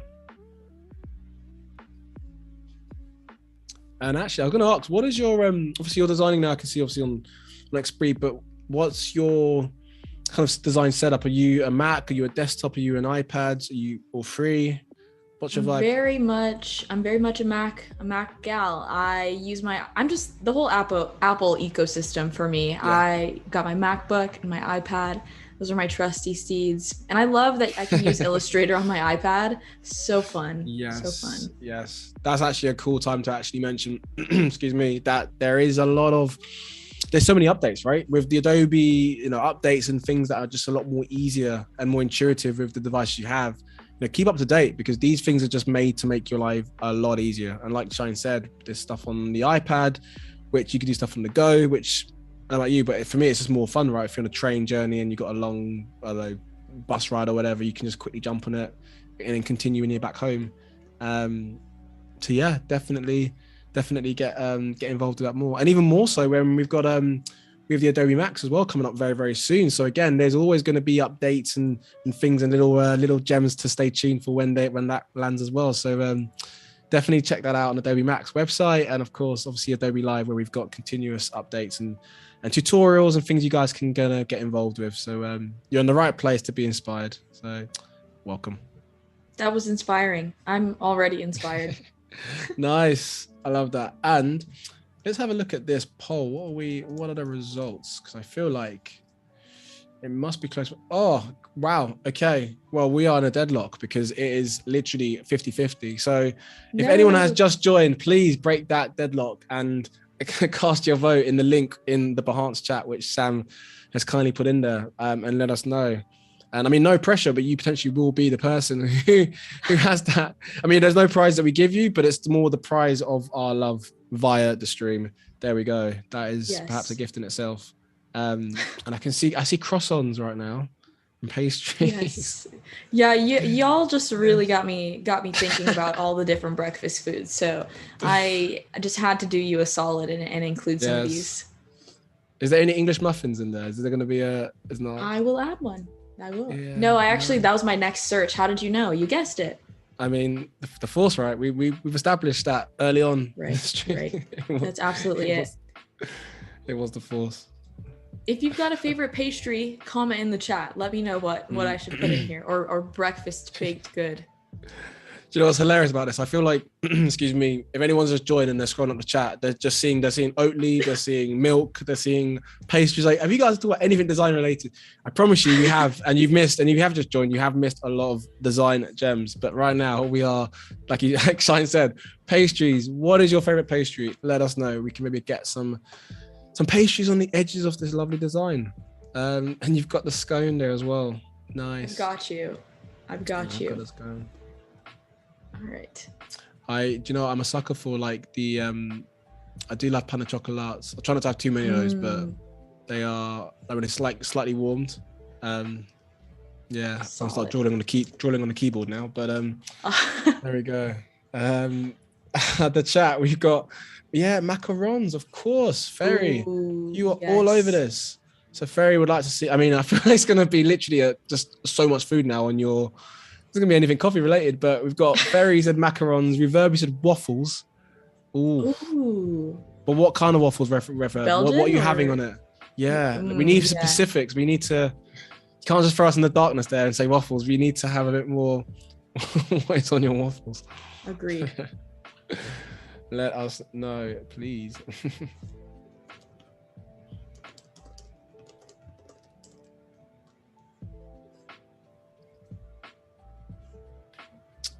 Nice collection of snack. So going back to another question I was gonna ask. So in terms of like clients as well, you mentioned that you have quite a lot of clients that you work with on a day-to-day basis alongside your community-based and sort of passion projects. Is there a dream client that you would like to work with, or one that maybe you're working with already but you maybe can't say too much, or is there a dream client that you think Shyne would be like, yes, these are the people I can see myself with? That's such a good question. I mean, I think Nike, because like I mentioned, I love shoes. So I think Nike would be a great one.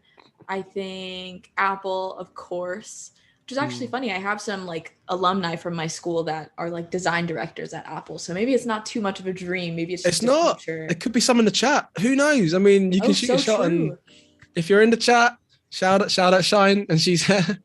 I mean, the work is her, the energy's there. Please collaborate with her and make it happen. And then we'll get you back on Adobe Live again, and we can see the rebirth of Shyne and in that space.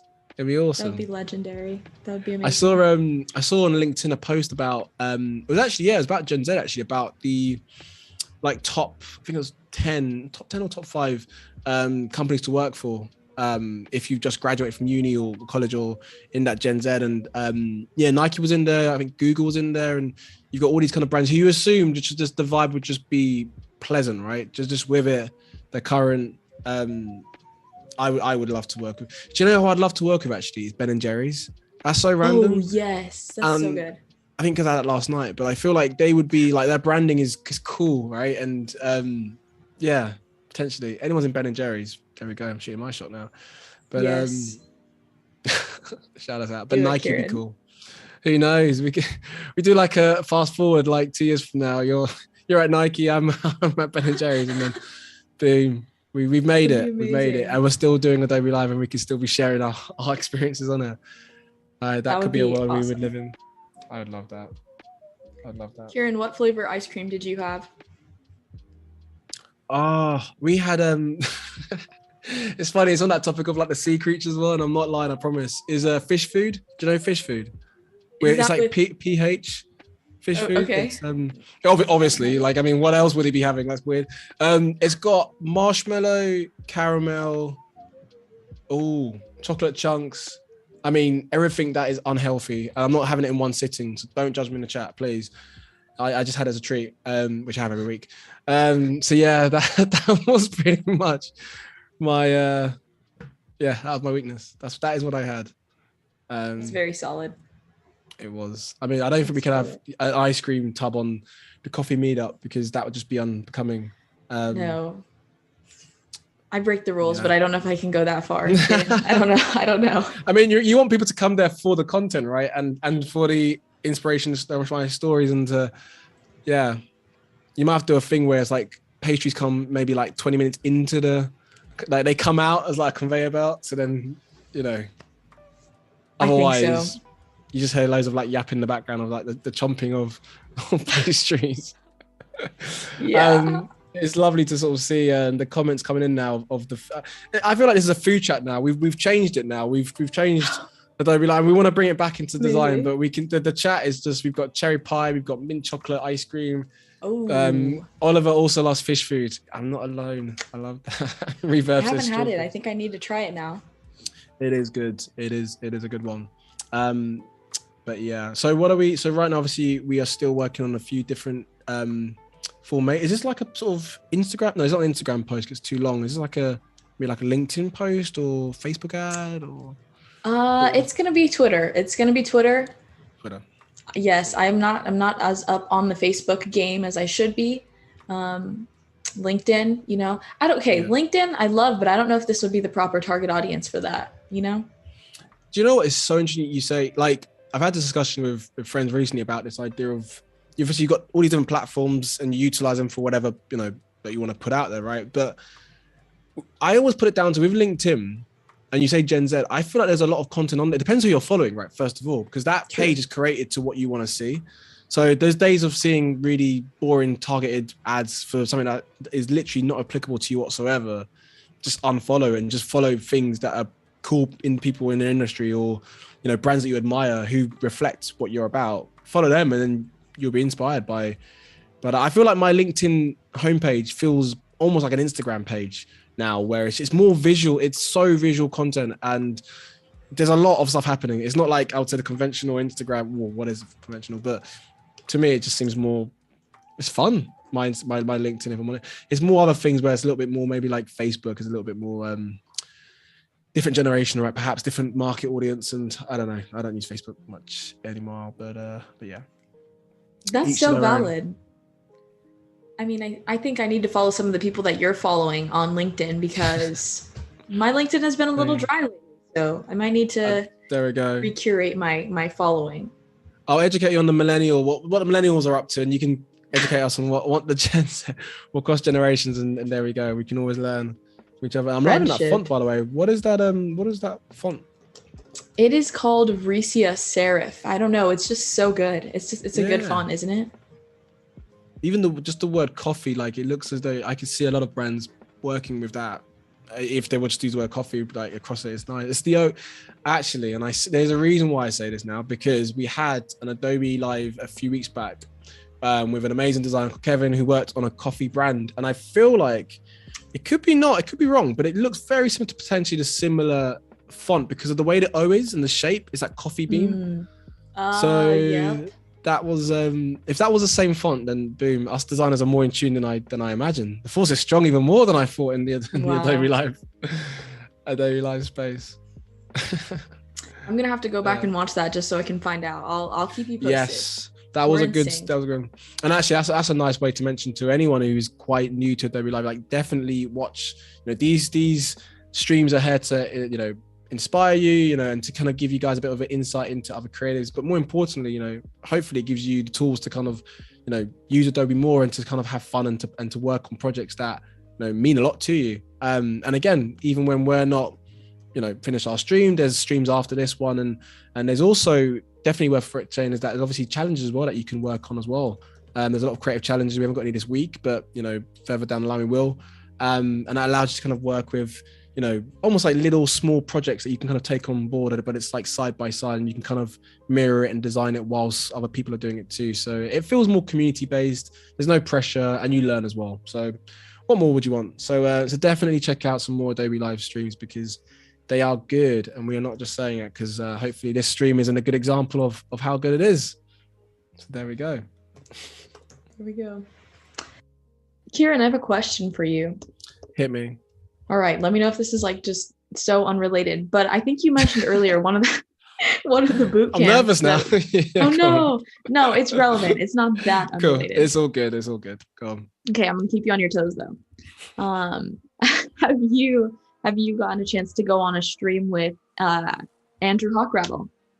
Oh, no, but I would love to. Do you know what? The amount of times I've introduced him whilst I've done my lives, but I haven't, no. But I've watched many of his streams, yeah.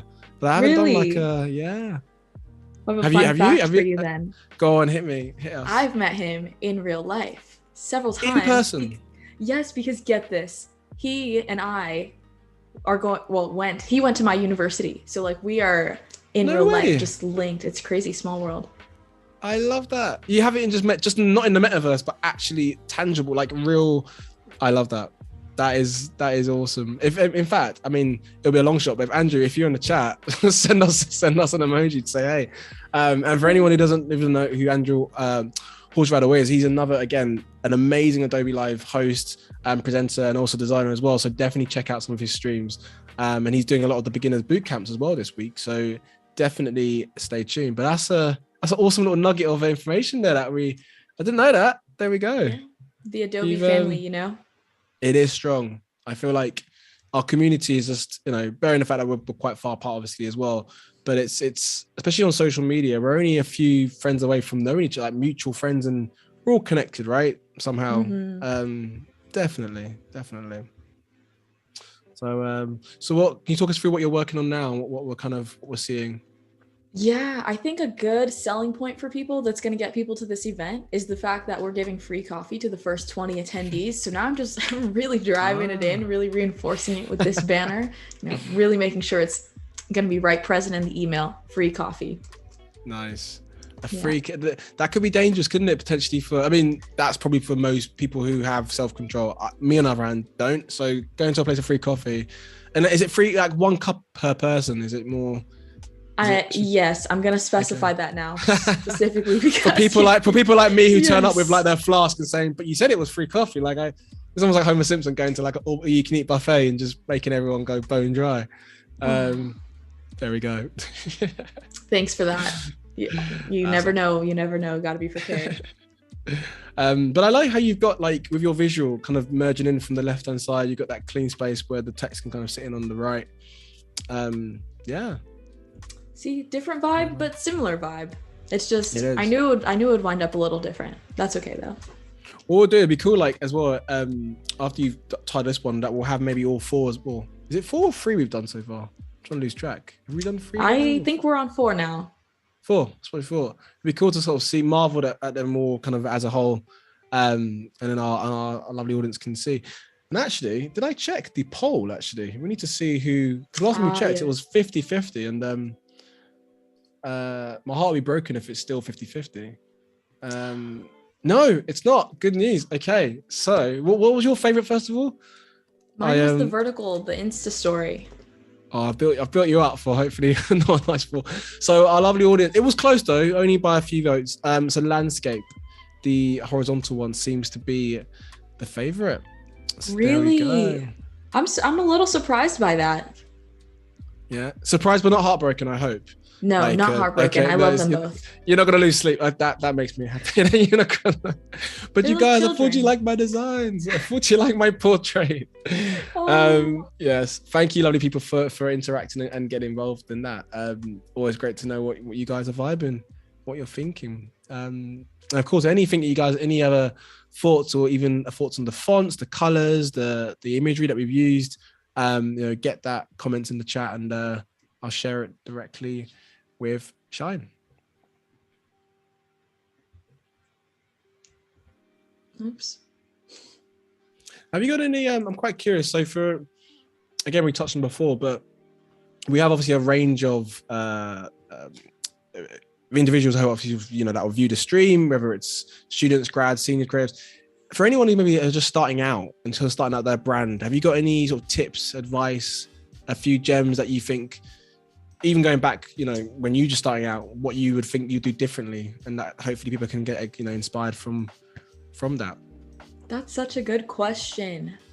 I think, let me think for a second. Let me think. Digest it whilst you do it. Of course. Yes. Of course. I want to give you the good tips. Let me chew on it for a second. You chew on it. Even for myself, I mean, because I'm freelancing, and I think am I right in saying you've been doing it for how many years? I don't want to get it wrong, actually. 2 to 3. Okay, so we're nearly. I mean, you're more than me a bit. I'm about 1.5 years, nearly come up to 2 years. Okay. But I feel like, advice whilst you're kind of chewing on, because I want your gems to come out for our lovely audience. But whilst chewing on that, my advice potentially for you guys would be I guess it's just like the more work you do and the more clients you have, the better you know yourself as well as an individual, because I find like every project is different, and especially if you're just starting out as freelance, because it's very different to working in a full-time employment or even when you're at uni. And I think you start to know more about yourself, and that could range from how quick you can work, how you digest feedback, all these different elements. And that's not even design related, that's just you as an individual and how you adapt. So I almost had to say, give yourself that time to nurture, to get better with things, because it will come. And I think when you're in that sweet spot where you can kind of challenge the client, but in a way that it's respectful, but in a way that they listen and they kind of take on board, and both parties are happy. I think that's the beauty of it, right? When you hit that sweet spot where both parties are equally happy with the deliverable, and you can challenge the client. So that's kind of my little advice tip. Has that given you a bit of inspiration maybe for your own tip? Have you got any tips for us, or are you still? No, that's a good gem. I think, I think kind of going along those lines, like just being confident. I think being confident goes a long way, whether that's confident in, sharing your work online, or confident in selling yourself to a client, confident in going out for a job interview.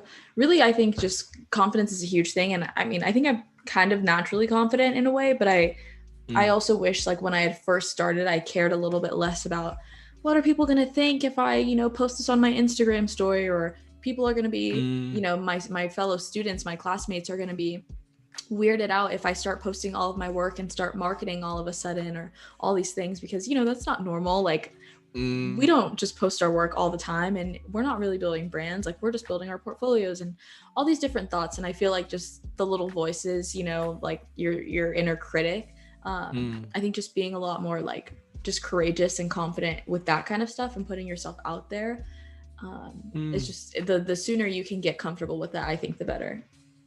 That's a really good point. I think social media, it's an awesome thing, and we all use it, right? And it's very easy to that imposter syndrome sometimes, right? And it happens. I almost feel like it happens to every single creative, where you potentially may not, but just in my opinion, I feel like most designers, it's healthy occasionally to maybe doubt yourself if you're unsure because you're not sure. I feel like the difference being, though, to when you're a grad, say to maybe a senior creative, is that perhaps seniors are more better at hiding it, maybe, or so, because we all have it, but potentially with that experience and a bit more you know, they can maybe articulate things a bit slightly differently, or, you know, confidence doesn't come to everyone. I mean, I've always thought, and I always want to battle that question when I give talks at, you know, unis and schools, and you got people saying they want to go freelance, but they're a bit shy, or they're unsure. And it's tricky, isn't it? Because when you're a freelancer, obviously you need the skill, but you need that people skills. And that's something that sometimes, you know, you can learn, obviously, right, design, and you can learn skills, but people skills, sometimes it depends on the person, right? But that shouldn't, hopefully, you know, put you off in terms of branching out and fulfilling your full potential, which we all want to see. Yeah. I mean, I think you also have to just realize, this is at least something that people tell me, which has been helpful, is real imposters don't get imposter syndrome. So if you feel like you're kind of doubting yourself and stuff, that's probably a good sign, because you're probably actually fully capable. You're just, you know, like you said, a little shy. But if someone were really an imposter and not capable, they wouldn't even be thinking about that, because they'd just be doing it anyway. Very true. I love that. And even like being nervous, right? I always think if you're nervous, it's because you want to do well. And that is for me, that is good. Like, if you're not nervous, then, I mean, you're made out of Iron Man or Iron Woman, but I feel like being nervous is totally healthy. And it's totally natural as well. It's kind of how you channel it, right, and harvest it.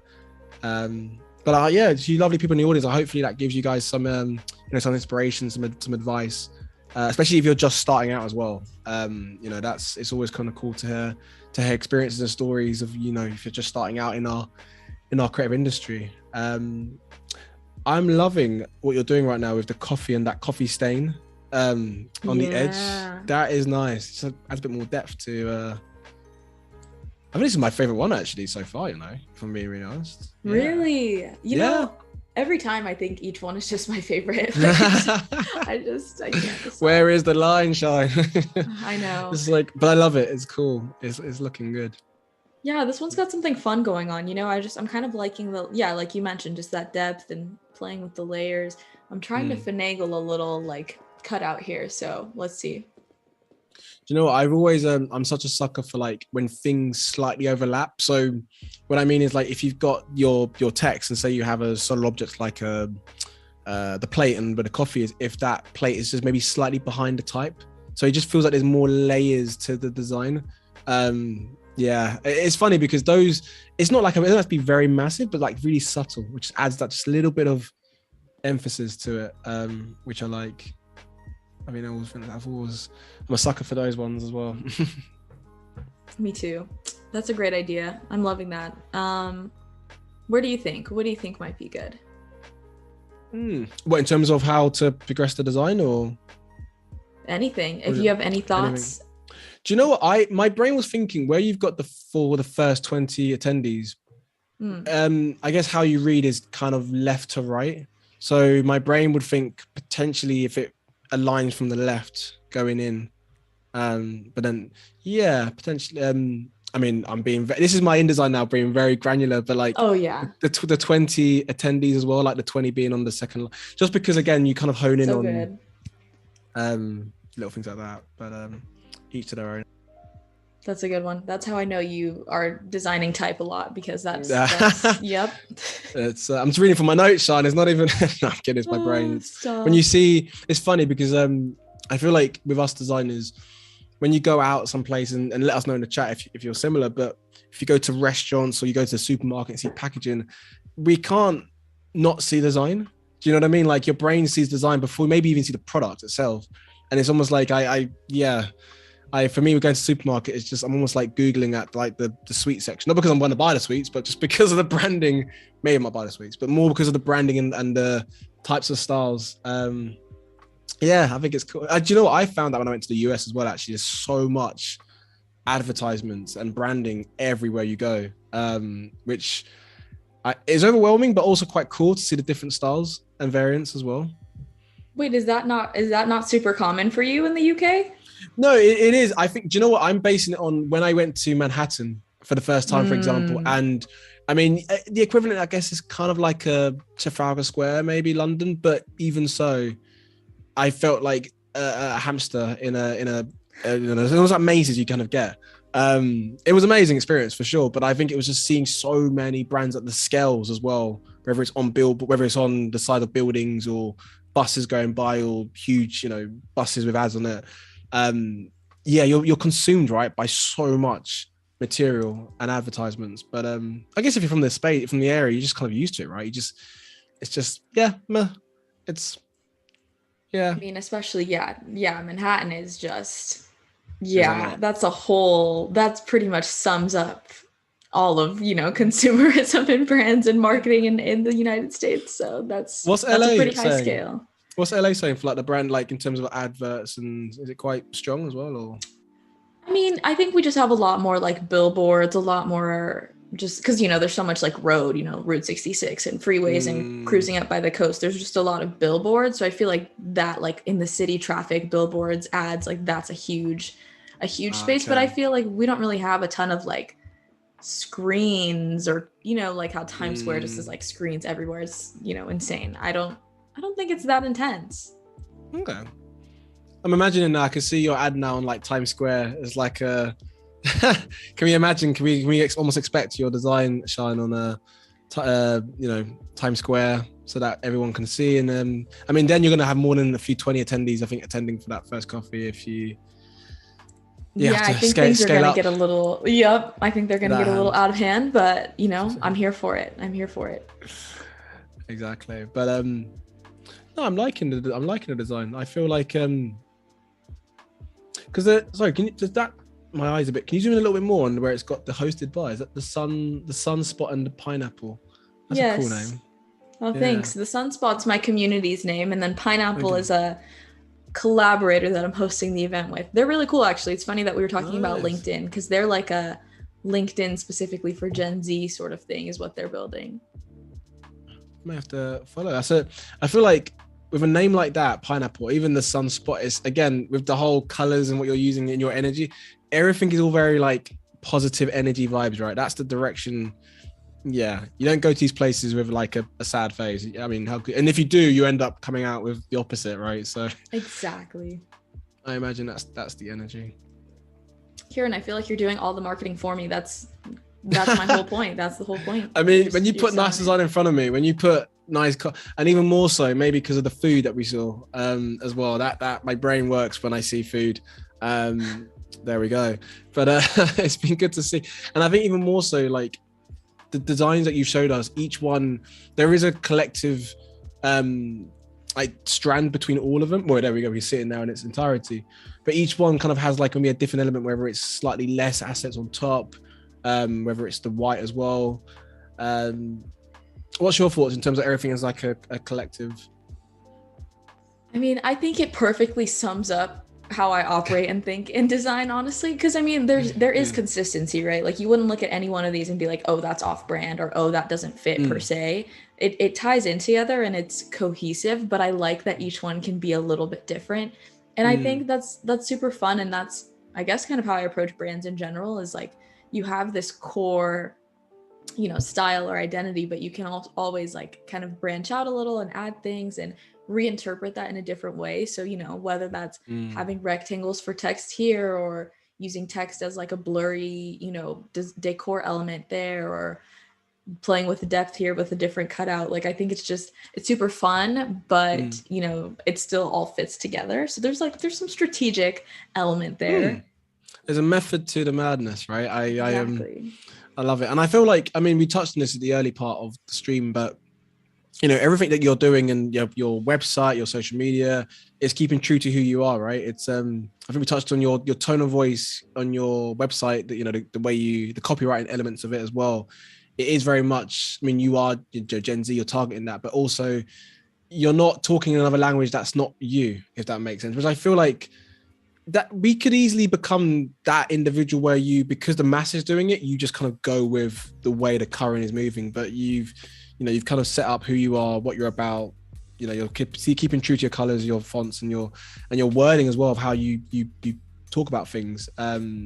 So yeah, I mean, I totally respect that. And I feel like a lot of everyone in the chat as well, the vibes and the energy I'm getting from the chat is that everyone's loving your energy and the and your designs, and it's been so active on the food front. I mean, I don't think I've done a stream before we've spoken so much about different foods, but hopefully that's kept you guys entertained as well. And I would say, I mean, Shyne, the time, I think I mentioned before, in the Adobe universe, things just go way quicker than it should do.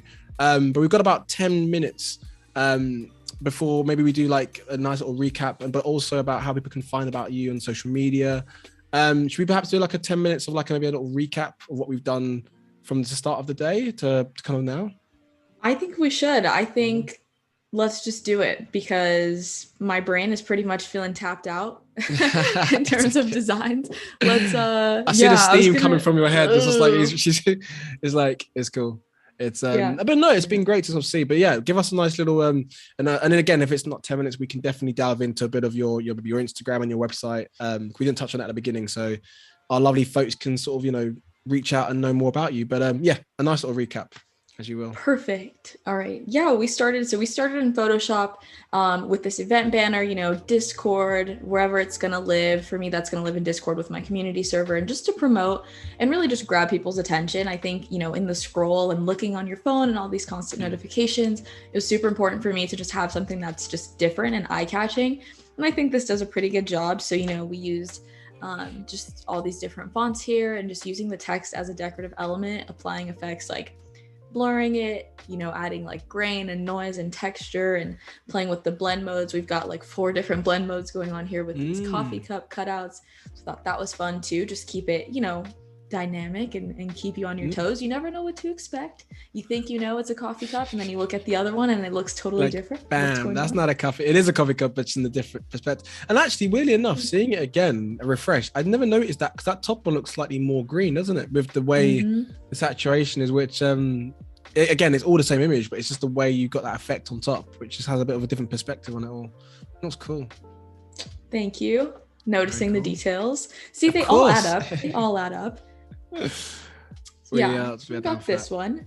Yeah. And then we started and we brought it into Express, kind of pulling from that same textile. But then I got a little excited about the cups. So there's a lot here. And the dolphin, don't forget the dolphin, right? The dolphin, oh yeah. The dolphin, Kieran's suggestion of something about a dolphin hopping in or out of the cup. So we've got a little Easter egg for anyone that sees this, because it's the West Coast, the ocean, it all ties together, right? See, I just said dolphin because I like, and then you made that strong connection of it's because of the location. So you had more of a more solid, strategic thinking of it. I just thought, because I like dolphins, I like turtles. I don't know, like, do you know what I mean? There we go. I support it. I feel like you can make anything work as a designer as long as you can back up your design. So I'm on the spot, defending it for the client. That's why. I love your style. Thanks. And then what else we got? Okay, we've got this one will make you hungry though. We've got like an email header graphic. It's a cutout. I can put it on social media as a sticker. If you want to like download it as a PNG, you can make it a sticker for your Instagram stories or whatever. Very versatile. But yeah, I think we really got hungry around this time in the stream. So I think everyone was just, what are we gonna eat? Yeah. And even more so because there's a range of people who are tuning in from different parts of the world. So like I feel like for anyone, depending on which part of the world you are, it's either like early during the day for you, which is probably like maybe lunch, brunch time, I don't know. And then for us, it's very much dinner time in London. So everyone could be hungry at different points, but they stayed with us, and even more importantly, they engaged and they threw in what their food was. So we did love to see that. Yes, there's a little bit of everyone in this one. There is. That was very much a collaborative effort. And out of all of them, did you? Sorry, how did I forget the last one? Please go for it. I don't know. This one just came to me on the spot, really wanted to emphasize that free coffee, so you can throw this graphic anywhere as well, in an email and a text message. But favorite design highlight here is that this is not actually part of that, so we've got like popping out depth, fun things going on. All right. The plot thickens when you just sort of move that coffee aside to realize that the stain was there all along. I love it. And actually, I think this is my favorite one actually out of all the designs. I kind of like even the way the wording, the free coffee sits, and even though there's the coffee above that overlaps slightly, there is a bit more of a breathing space in that section of design. So my brain kind of needs to, even though I love the overlapping and it does work, like my brain still likes that a little bit of that breathing part. But the balance is looking sharp, Shyne. Sharp Shyne. There we go. Alliteration. Nice. But Shyne, I would say, I mean, obviously we've seen the design, which has been amazing. Perhaps if we got a few minutes, maybe I want to say 8 minutes, 8.6 minutes. That's very particular. But perhaps we have a little bit of social media for our audience to know how they can reach out to you, and how can they, perhaps your website or whether your Instagram. Could you share some stuff so that our lovely audience could reach out and to know more about you? Yes, happy to. Yes, I would love to connect with you if you were on the stream. So pretty much just Designed by Shyne on anything, on any social media platform. Come hang out with me on Instagram, Twitter, TikTok, LinkedIn, Facebook, same username across the board. And then my website is designedbyshyne.com. If you want to just check out a little bit about what I do, you want to, read some of that copy that Kieran mentioned with our, very unique brand voice. And just if you want to check out some of my work or anything like that, definitely, again, just Designed by Shyne anywhere. Shoot me a message on any platforms. You can binge my blog if you want. I have a couple design tips pieces in there. So sell it, Shyne. I love that. Just let it. But it's awesome because I think we had I couldn't remember who it was actually, so I do apologize in the chat. But someone mentioned about the stickers or the kind of icons at the bottom, which it's those kind of things. I think it's quite fun, right? It just adds a little bit more of a playful. So fun. And they're interactive. I didn't even realize that actually. They actually move. I love that. You see? I love that. And your color palette. I mean, that is the orange and the yellow. Is that like is that who you are, right? The orange and yellow in terms of. Yes, it's just so me. Nice. If you was in color form, it would be literally those two colors that would make Shyne. I love that. Exactly. Step into your source. Again, even the term is just like, it's funny because I do wonder if you got those brands who maybe a bit old school. Can you imagine if they're like, but what is salt? I don't know if I want like ketchup or any HP. I don't know, like what is the vibe? But I'm down for that. I'm totally down for that. And any more in terms of like social media that we could, we've got to say about another 5 more minutes. Want to take a dive on my Instagram profile? No, thank you. Alrighty. Okay. Lots of color. Lots of color. Nice. And it's funny because actually the whole, you obviously it's created so well, but you have there is a certain vibe, right? A certain palette that even though the orange is still there, you've got a nice kind of palette throughout. It's just summer. It feels like summer, if it feels like it's summery and bright and warm, that's my goal. Do you because I can see like you've got like a few quotes, right? Are those quotes that you kind of make yourself, or things that you found like you've been inspired by, or it's all of the above? It's kind of just like my scrapbook made public. Anything that's inspiring me or that I think people would just benefit from, reminders and inspo and things like that, then I share it. So sometimes it is me, I can be a little inspirational when I need to be. Love it. And do you know what keeps because I remember when I before coming on the live, obviously checked out your Instagram and website, and the thing I noticed the most on your Insta was just, how can I describe it? Like there's a lot happening, but in a way that it's just, each one is so fun to look at. And I think the one thing I noticed more was the fonts, because especially where you've got, is it the is that schedule? Because I almost think of like the old school like Cartoon Network kind of, which I love, by the way. So that kind of like so playful font. Again, are these are fonts that you download and you find? I'm just yes, I love a good font. I love like fun, funky display fonts. So obviously here I just don't use normal fonts. Like everything is a display font all the time, if you take a look. But yeah, I just love playing with all these different fonts. And that's the thing too, is like nobody's gonna care if I don't use the same font in every single post. That it doesn't need to be that rigid. This is just it's fun and it's expressive. You can do it. Have you got like, I'm just curious because we've got a bit of time still, like maybe 4 minutes or so. Is there a post that you did that perhaps got a lot quite of engagement, or you thought, oh, okay, that was quite a nice, I feel like I'm making you go through all the archives now of your posts, but perhaps anything at the sort of top section, which, I mean, I keep looking at the ice cream one actually. I keep looking at that just because I just love the way this one looks. It's just so fun. But even the way the text kind of wraps around, again, I mean, how would you? Is this made on the Express as well, or how? Actually. Yeah. Because this is all, this is just very like standard typesetting. So you can just go into Express and then type out your text, And then I just separated the chill into two different, sort of text boxes. Nice. And then if you were to just type out like this middle text here in the sunspot, and then you use the shape feature in Express, you can just create that outline in like 2 clicks, super easy. And it's fun.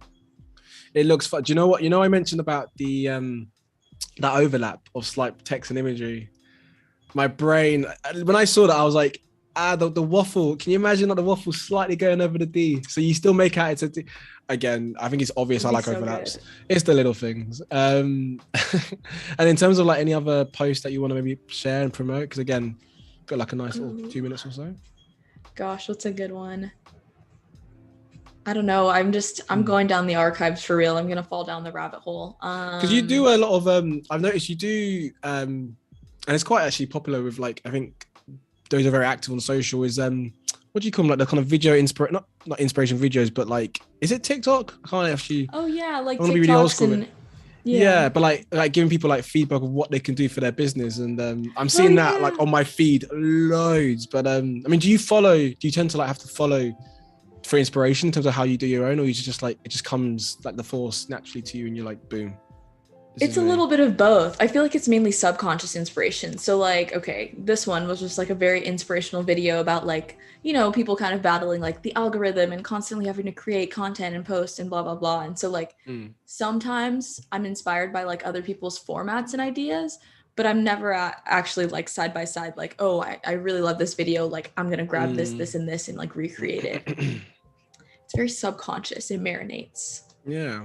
I feel like that's with our line of work though. It's because I guess we consume so much. I don't know if you do it, but I'm a sucker for screenshots. Like I screenshot everything. So like if I'm online and I mean no one's that busy, but I feel like I'm always in a rush. But I just quickly screenshot, and then like my desktop, I have a clean desktop.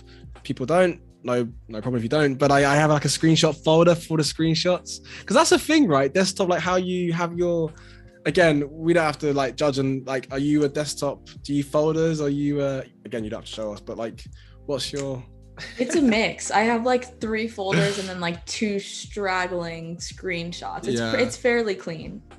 Nice. I feel like there's always like a lingering folder sometimes. It's just like, it doesn't get as much love as it needs, but it's still very much important.